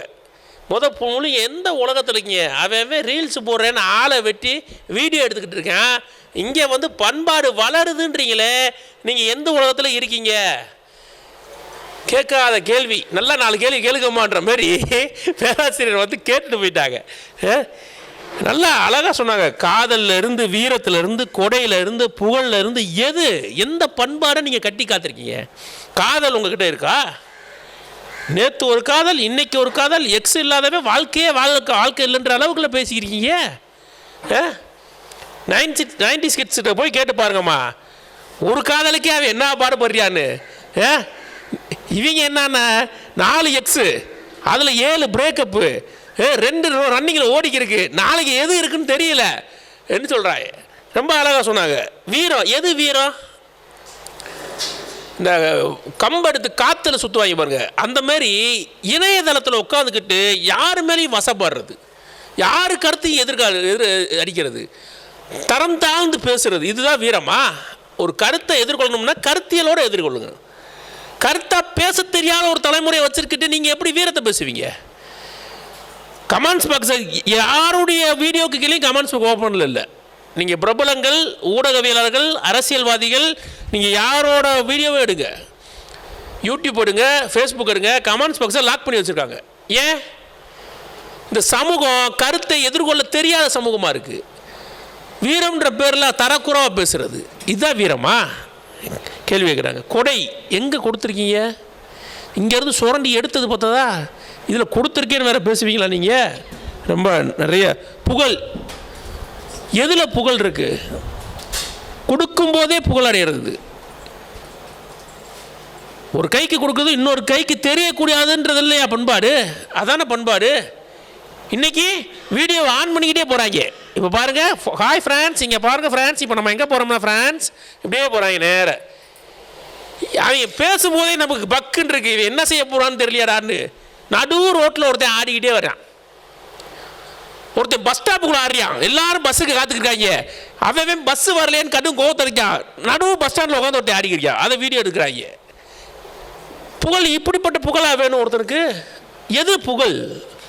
அப்போ பண்பாட்டின் கூறுகளில் எதை இந்த தலைமுறை கட்டி பாதுகாக்கிறது? நல்லா கேள்வி கேட்டாங்க. அந்த கேள்விக்கு பதில் இருக்கான்னு தெரியல எனக்கு. இவங்ககிட்ட ரொம்ப நிறைய கேள்வி கேட்டாங்க. அப்போ இந்த தலைமுறையை நீங்கள் எந்த மாதிரி பேசுகிறீங்க? இந்த தலைமுறையில் எதையுமே சரியில்லையே. வீட்டில் பேரண்ட்ஸுக்கு அடங்க மாட்டுறான், பெற்றோர் பேச்சை கேட்கறது இல்லை. சரி, பள்ளிக்கூடத்துக்கு அனுப்புனா ஆசிரியர் பேச்சை கேட்கறதுன்னா ஆசிரியர் வந்து கதறாரு மைக்கை பிடிச்சி, எங்கள் பேச்சும் கேட்க மாட்டுறாங்கன்னு. சரி, பேராசிரியர் பேச்சை கேட்குறானா? அதுவும் இல்லை. சமூகத்துக்கு அனுப்புகிறோமே கேட்குறானா? இல்லை. 2 நாளைக்கு முன்னாடி நாகர்கோவிலில் ஒரு பையன் ரீல்ஸ் போடுறான். ஃப்ரான்ஸ், இப்போ பாருங்கள் ஃப்ரான்ஸ், நாளைக்கு காலையில் கமிஷனர் ஆஃபீஸ்க்குள்ளே போய் அங்கே நம்ம வீலிங் பண்ண போகிறோம் ஃப்ரான்ஸ் என்றியா. வீலிங் எங்கே பண்ண போகிறான்னா கமிஷனர் ஆஃபீஸுக்குள்ளே போய் வீலிங் பண்ண போகிறான் அங்கே இருக்க வண்டி எடுத்து. அடுத்த நாள் கமிஷனர் என்ன வீலிங் பண்ணாருன்னு தெரில. அடுத்த நாள் வீடியோவில் வந்து, நண்பர்களே நேற்று நான் இப்படி பேசினேன், அது தவறு, இனிமேல் யாரும் அப்படி பேசாதீங்க. அவர் வந்து மறுபடியும் ஒரு வீடியோ போட்டுருக்காங்க. அப்போ இடம் பொருள் ஏவல் இந்த தலைமுறைக்கு தெரியுதா? எதை எங்கே பேசணும், யார்கிட்ட பேசணும், எந்த மரியாதையும் இல்லை. யாருக்குமே அடங்காத ஒரு சமூகம் அந்த சமூகம் இருக்குது. பிற்போக்குத்தனத்தை ஒழிக்கிறது பரவாயில்ல, இந்த சமூகமே பிற்போக்காக இருக்கேன்னு தேய்கிறதேன்றதுன்னு சொல்லியிருக்காங்க. இல்லை, எங்கள் சமூகத்தில் வளர்ச்சி நிறையா இருக்குது, நீங்கள் கண்ணை திறந்து பாருங்கன்னு இவங்க நிறையா எடுத்து வச்சாங்க. நிறையா பண்பாட்டு கூறுகள் எடுத்து வச்சாங்க. இப்போ நம்ம ஒரு முடிவுக்கு வரணும். நீங்கள் நல்லா கவனிங்க. இந்த தலைமுறை மேலே குற்றச்சாட்டு வைக்கிறோம் இல்லையா, யார் பேச்சையும் கேட்க மாட்டேறான். பெரியவங்களை மதிக்கிறதே இல்லை, பெற்றோர் சொல் கேட்பதே இல்லை, எதிர்த்து பேசுகிறான். இதை இவங்க மட்டும் தான் சொல்கிறாங்களான்னு பார்த்தீங்கன்னா, இது கிமு 4ஆம் நூற்றாண்டில் சாக்ரட்டிஸ் இதே மாதிரி சொல்லியிருக்காரு. அவர் காலத்துலேயும் தலைமுறை அடுத்த தலைமுறை பார்த்தீங்கன்னா சொல்லியிருக்காரு, இவன் யார் பேச்சும் கேட்க மாட்டான், இவன் பெரியவங்களை மதிக்க மாட்டான். எல்லா தலைமுறையிலையும் இந்த சிக்கல் இருக்கா? இருக்குது. அப்போ அந்த சிக்கல்லேருந்து எப்படி பாதுகாக்கிறது? எது பண்பாடு? இங்கே தமிழர் நிலத்தில் தமிழர் இனத்துக்குன்னு தனித்த பண்பாடு இருக்குன்னு சொன்னாங்க. என்ன பண்பாடு? நீங்கள் பழங்குடியின மக்கள்கிட்ட போய் பாருங்களேன். நீங்கள் அவங்களுடைய ஒரு ஆய்வாளர், பழங்குடி ஆய்வாளர் ஒரு கட்டுரை போட்டிருக்காரு. பழங்குடியின மக்கள்கிட்ட சில சொற்கள் இருக்காது. நீங்கள் அங்கே போய் அவர்கிட்ட பேசி பார்த்தீங்கன்னா, நான் நாம் என்ற சொல் பழங்குடியின மக்கள்கிட்ட இருக்காது. அவன் நான்னு பேசவே மாட்டான், எப்பயுமே நாம்னு பேச மாட்டான், நாங்கன்னு பேசுவான். நாங்கள் இருக்கிறது அந்த மலையில், நாங்கள் வேட்டைக்கு போகிறோம், நாங்கள் சாமி கும்பிட போகிறோம், நாங்கள் ஒற்றுமையின் வலிமை. அந்த சமூகம் ஒரு கூட்டு சமூகமாகவே வாழ்கிறது, எல்லாத்தையும் கூட்டாகவே எதிர்கொள்கிறது. ஒரு சொல் தெரிஞ்சிடும், உங்கள் பண்பாட்டை கூறுகளை வெளிப்படுத்திடும். ஈழத்தமிழர்கள் இருக்காங்கல்ல, இலங்கையில் வாழ்கிறார்கள் இல்லையா, நீங்கள் அவங்களோட வீடியோ பார்த்துருக்கீங்களா, அவங்க பேச்சை பார்த்துருக்கீங்களா? எங்கள்ன்ற சொல்ல ரொம்ப அழகாக பயன்படுத்துவாங்க. எங்கள் வீடு, எங்கள் மொழி, எங்கள் இனம், எங்கள்ன்ற சொல்ல நாம் பயன்படுத்த மாட்டோம். நல்லா கவனிங்க, நாம் அதிகமாக பயன்படுத்த மாட்டோம். எங்கட, எங்கள் வீடு. ஏன்னா அவன் இருக்கிற சூழல் அப்படி. இன்னொரு இனத்தின் ஆதிக்கத்தில் இருக்கும்போது தன் இனத்தின் தனித்துவத்தை காட்ட, எனக்குன்னு ஒரு மொழி இருக்குது, எனக்குன்னு ஒரு இனம் இருக்குது, எங்களுக்குன்னு தனித்த பண்பாடு இருக்குது. எங்கள்ன்ற சொல்ல ஈழத்தமிழர்கள் அதிகமாக பயன்படுத்துவாங்க. அப்போ ஒரு சொல் சொல்லிடும், நீங்கள் யார், உங்களுடைய செயல்பாடு என்னன்னு. விருந்தோம்பலை சொன்னாங்க, இந்த பக்கமும் சொன்னாங்க, இந்த பக்கமும் சொன்னாங்க. விருந்தோம்பலே இப்போ எங்கெங்கே இருக்குது? ரொம்ப அழகாக சிலப்பதிகாரத்துலேருந்து எடுத்துக்காட்டினார். விருந்தோம்பல்ன்றது இல்லறத்தரசியின் கடமைன்னு இளங்கோவடிகள் சொன்னான். ஒரு இல்லாளின் கடமைகளில் ஒன்று விருந்தோம்பல் என்று சொன்னான். இன்னைக்கு விருந்தோம்பல் கடமைக்கு இருக்குது, கடமையாக இருக்கானா இல்லை. அப்படிப்பட்ட விருந்தோம்பல் இருக்கான்னு இவங்க கேள்வி கேட்குறாங்க. எல்லாம் சரிதான், இவங்க சொல்கிற குற்றச்சாட்டு எல்லாம் சரிதான். அதுக்காக தேய்கிறதே என்று சொல்லிட முடியுமா? என்ன இன்றைக்கி தமிழர் திருநாள், தை திருநாள். உலகமெங்கும் இருக்கும் தமிழர்கள் புத்தாடை போட்டு சூரியனை வணங்கி இயற்கையை கொண்டாடுகிற திருநாள் இது. இது தமிழர்களுக்கு மட்டுமல்ல, உலகத்தில் உழவு தொழில் செய்கிற எல்லா குடிகளுக்குமான நாள் இது. எந்த மதத்துக்கோ எந்த இனத்துக்கோ எந்த சாதிக்கோ தனித்த பண்டிகை இல்லை. ஆனால் தமிழன் அதை தனக்கான பண்டிகையாக உயர்த்தி பிடிக்கிறான். அவன் பண்பாட்டின் கடைசி வரைக்கும் பண்பாட்டின் தொன்மை இன்னைக்கு இல்லைன்னு இவங்க சொல்கிறாங்க. பண்பாட்டின் தொடர்ச்சி இவங்க இருக்குன்னு சொல்கிறாங்க. நான் 2 உதாரணத்தை சொல்கிறேன். ரொம்ப அழகாக சொன்னாங்க, ஜல்லிக்கட்டு போராட்டத்தை சொன்னாங்க இவங்க. நீங்கள் நல்லா கவனிங்க, ஜல்லிக்கட்டு இனிமேல் கிடையாது. 2017 ஒரு அமைப்பு சொல்லுது, காட்சிப்படுத்தப்பட்ட விலங்குகள் பட்டியலில் காளையை சேர்த்துட்டோம், அது இனிமே பொதுக்களத்தில் விளையாட அனுமதிக்க மாட்டோம்னு ஒரு அமைப்பு சொல்லுது. அதை நீதிமன்றத்தில் அணுகி தீர்ப்பு வாங்கிறது. தமிழ்நாடு அரசு, ஒன்றிய அரசு, 2 அரசுமே விளையாட்டு அனுமதிக்கிறோன்னு கேட்குது. ஆனால் முடியுமானா முடியல, நீதிமன்றத்தை தாண்டி பண்ண முடியல. அதை யார் சாத்தியப்படுத்தினா? எல்லோருக்கும் ஆதங்கம் இருந்துச்சு, நம்ம பண்பாட்டை இப்படி போகுதே, ஜல்லிக்கட்டு அடக்குறதுல எனக்கா பண்பாடு இருக்கு, காளையை அடக்குதல், அது ஏறு அடக்குதல் இல்லை, ஏறு தழுவுதல். அது என் வீட்டில் ஒரு ஆள், அதை நான் அக்ரினியாக நான் பார்க்கல, அது என் குடும்பத்தில் ஒரு ஆள் ஏரை தழுவுகிற, அது விளையாட்டு. அதனால தான் ஏறு தழுவுதல் விளையாட்டுன்னு வச்சாவேன். அது போட்டி கிடையாது. அதில் காளை வெற்றி பெறுமா, காளை அடக்கி வீர வெற்றி பெறுமானு இல்லை, அது 2 பேரும் சேர்ந்து விளையாடுகிற ஒரு விளையாட்டு. அப்போ அந்த விளையாட்டை யார் கொண்டு வந்தா? நம்ம வீட்டு பிள்ளைங்க தானே கொண்டு வந்தாங்க. 6-7 வருஷத்துக்கு முன்னாடி இங்கே இருக்க மதுரையில் இருக்க மாணவர்கள், திருநெல்வேலியில் இருக்க மாணவர்கள், கரூரில் இருக்க மாணவர்கள், சென்னையில் இருக்க மாணவர்கள் எல்லாம் வீதிக்கு இறங்கினானா இல்லையா? மெரினாவில் கூடுனானா இல்லையா? 7 நாள் 8 நாள் குளிர்லையும் மழையிலையும் தண்ணீர் கொடுத்தோம், தண்ணி இல்லாமையும் சாப்பாடு பொட்டலமாக கொண்டு போய் கொடுத்தோம். நீங்கள் நல்லா கவனிங்க, உலக வரலாற்றிலேயே ஒரு போராட்ட வடிவத்தை கொண்டாட்ட வடிவமாக மாற்றியது ஜல்லிக்கட்டு போராட்ட வடிவம் தான். அந்த ஜல்லிக்கட்டு போராட்டத்தை பார்த்தீங்கன்னா மதுரையில் நடு ரோட்டில் படுத்து கிடந்தோம் இல்லையா? இப்போ மதுரையில் மட்டும் இல்லை, காஞ்சிபுரம், சென்னை, திருநெல்வேலி, கன்னியாகுமரின்னு எல்லா மாவட்டங்கள்லையும் மாணவர்கள் என்ன செஞ்சாங்க? கூட்டம் கூட்டமாக திரண்டு வந்து போராட்ட வடிவத்தை கையில் எடுத்தாங்க. நீங்கள் நல்லா பார்த்தீங்கன்னா எனக்கு தெரிஞ்சு பொருட்காட்சிக்கு அப்புறம் டெல்லி அப்பளம் விற்றுனா அந்த ஜல்லிக்கட்டு போராட்ட களம் தான். அவ்வளோ நல்லா ஒரு சிகரத்தை குடிச்சுக்கிட்டு ரோஸ் மில்க் கொடுத்துக்கிட்டு குழந்தைகள்லாம் விளாண்டுக்கிட்டு போராட்டத்தையே கொண்டாட்டமாக மாற்றியது எங்கள் இளைஞர்கள் இல்லையான்னு இந்த தரப்பு அணியினர் பேசுகிறாங்க. இவங்க சொல்லியிருக்காங்க, இன்றைய தலைமுறையில் தமிழர் பண்பாடு வளர்கிறதுன்னு இதெல்லாம் இருக்குது, இதெல்லாம் சான்று இல்லையா? நீங்கள் எப்படி பேச போச்சுன்னா இவங்க இல்லைங்க, அவன் அருவாள் எடுத்துக்கிட்டு ரீல்ஸ் போட்டுக்கிருக்கான், திருத்தணி பக்கம் வெட்டி கொள்கிறான், இது எப்படி நீங்கள் தமிழர் பண்பாடுன்னு சொல்லுவீங்க? என்ன பொறுப்பு இருக்குது, என்ன கடமை இருக்குது, பெரியவர்களை மதிக்கிறானா? எதுவுமே இல்லையே.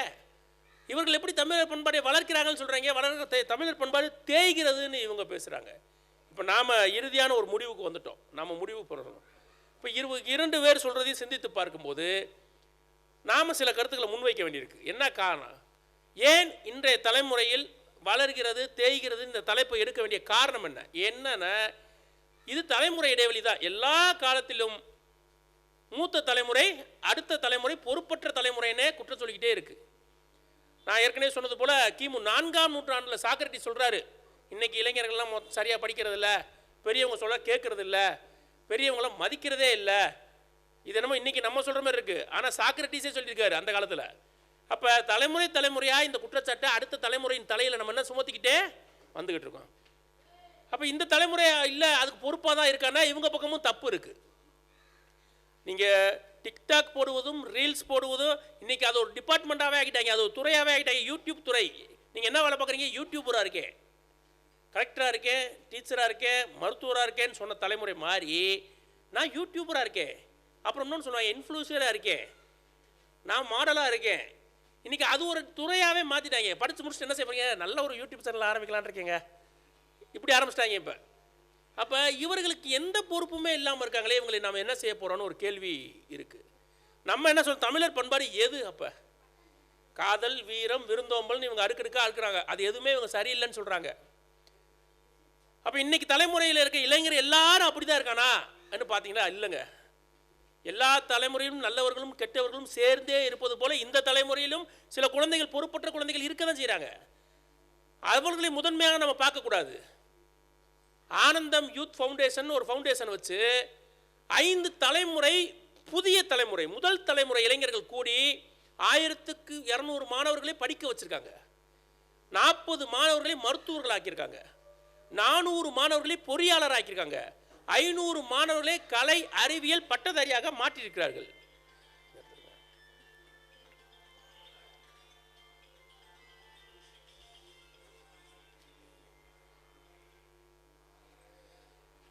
அவர்கள் செய்தது எவ்வளவு பெரிய செயல். அப்போ அந்த தலைமுறை இளைஞர்களை ஏன் நம்ம கண்ணில் பட மாட்டாங்க? நம்ம கண்ணில் படுறது, ஏன்னா நாம் தேடுறது அதுதான். ஃபோன் எடுத்தால் நாமளுமே பெரியவர்களுமே இப்போ என்ன செய்கிறோம், சாயந்தரம் ஆயிடுச்சுன்னா ரீல்ஸ் பார்க்குறது. நாம் எதை தேடுறோமோ அதுதான் நம்ம கண்ணில் படும். நீங்கள் ஒன்றும் இல்லை, ட்ரெஸ் எடுக்கலான்னு நினைங்களேன், ஃபோன் எடுத்தோம்னா ட்ரெஸ் ஆடா வந்து விழுகுது. வீட்டில் மிக்சி வாங்கலாமான்னு வீட்டில் மனைவிகிட்ட பேசிட்டு வீட்டுக்கு வர மாட்டேன். ஃபோனை சொன்னே இந்த மிக்சி வாங்குறீங்களா, அந்த எப்படா இது உள்ள இது மைக்கு வீட்டுக்குள்ளே வந்து வச்சுட்டு போயிட்டாங்களா, மனசில் தோன்றதெல்லாம் விளம்பரமாக வர ஆரம்பிக்குது. அப்போ எதை தேடிக்கிறோமோ, எதை எண்ணம் போல் வாழ்வுன்றது இன்றைக்கி தலைமுறை கரெக்டாக இருக்குது. நம்ம நினைக்கிறதெல்லாம் கொண்டு வராங்க.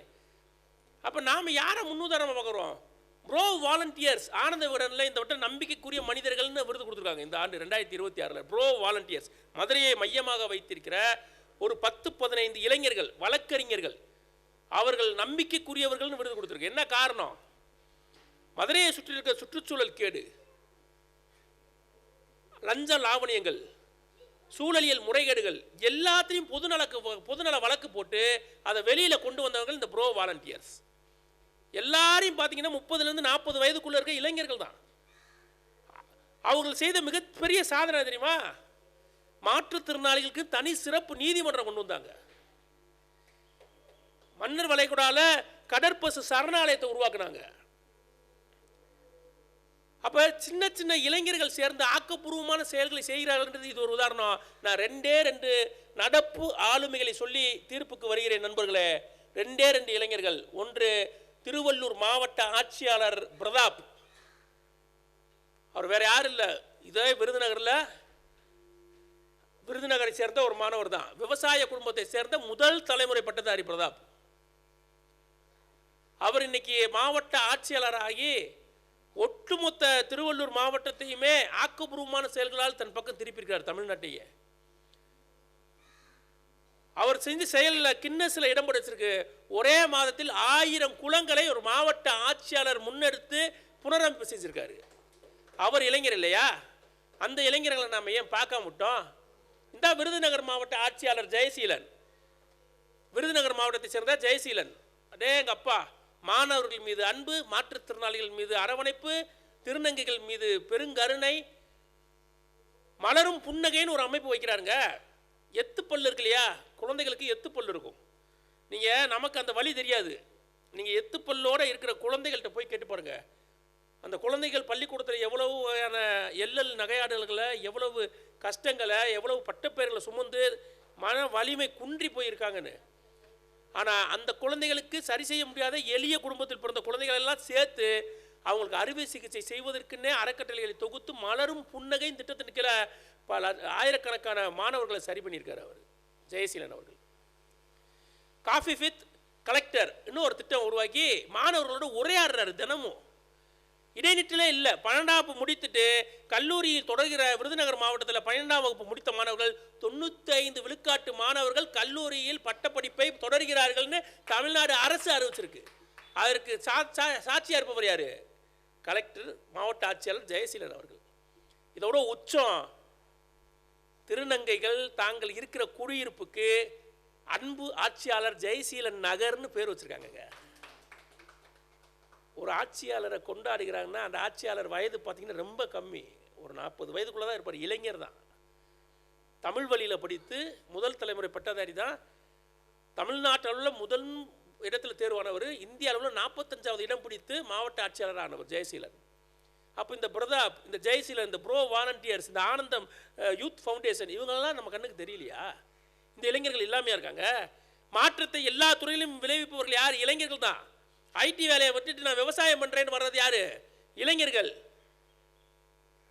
நஞ்சில்லாத மருத்துவத்தை, நஞ்சில்லாத விவசாயத்தை கொடுக்கணும், நஞ்சில்லாத விதையை கொண்டு வரணும்னு கண்டுபிடிக்கிறது யார் இன்னைக்கு? இளைஞர்கள். எல்லா துறைகளிலும் புறையோடி போயிருக்கிற பிரச்சனைகள் இருக்கானா? இருக்கு. தவறு செய்பவர்கள் இருக்காங்கன்னா இருக்காங்க. அதற்காக இவர்களெல்லாம் தேய்ந்தவர்கள். இந்த தலைமுறைக்கு தமிழர் பண்பாடே இல்லை என்று நாம் ஒரு முடிவுக்கு வந்துவிட முடியாது. நாமெல்லாம் பண்பட்ட சமூகத்தில் இருக்கிறோம் என்றால் பண்பட்ட சமூகத்தின் முதல் செயல்பாடு என்ன? ஒரு பொருள் தேய்ந்து போச்சு தூக்கி போடுற தலைமுறை நாம் இல்லை. வாட்ச் சரியில்லையா, இயங்கலையா, பழுது பார்ப்போம். வண்டி தேய்மானம் ஆகக்கூடாதா, பழுது பார்ப்போம். மூட்டு தேய்மானம் வந்துருச்சா காலை வெட்டி போட்டுடலாமா? பண்ண மாட்டோம். மருத்துவர்கிட்ட போய் அந்த தேய்மானத்தை சரி செய்ய பார்ப்போம். அப்போ இன்றைய இளைஞர்களிடம் பண்பாடு தேய்ந்து இருக்கிறது என்பவர்கள் அந்த தேய்மானத்தை சரி செய்ய வேண்டுமே தவிர தேய்கிறதுன்னு குற்றம் சாட்டி அவர்களை குற்றவாளி கூண்டில் ஏற்றுவது நம் பண்பாட்டிற்கு அழகானது அல்ல. அதுவும் இன்று உலகம் முழுக்க கொண்டாடி கொண்டிருக்கிற இந்த தமிழர் திருநாளில், இந்த பொங்கல் திருநாளில் நாம் நேர்மறையாகவே சிந்திப்போம். பிரதாப்பை போல, ஜெயசீலனை போல ஆக்கப்பூர்வமான இளைஞர்களை அடையாளம் காட்டுவோம். இன்று மட்டுமல்ல, எல்லா தலைமுறைகளிலும் தமிழர் பண்பாடு ஓங்கி உயர்ந்து வளர்கிறதே வளர்கிறதே வளர்கிறதே என்று கூறி இந்த பட்டிமன்றத்தை நிறைவு செய்கிறேன். நன்றி, வணக்கம்.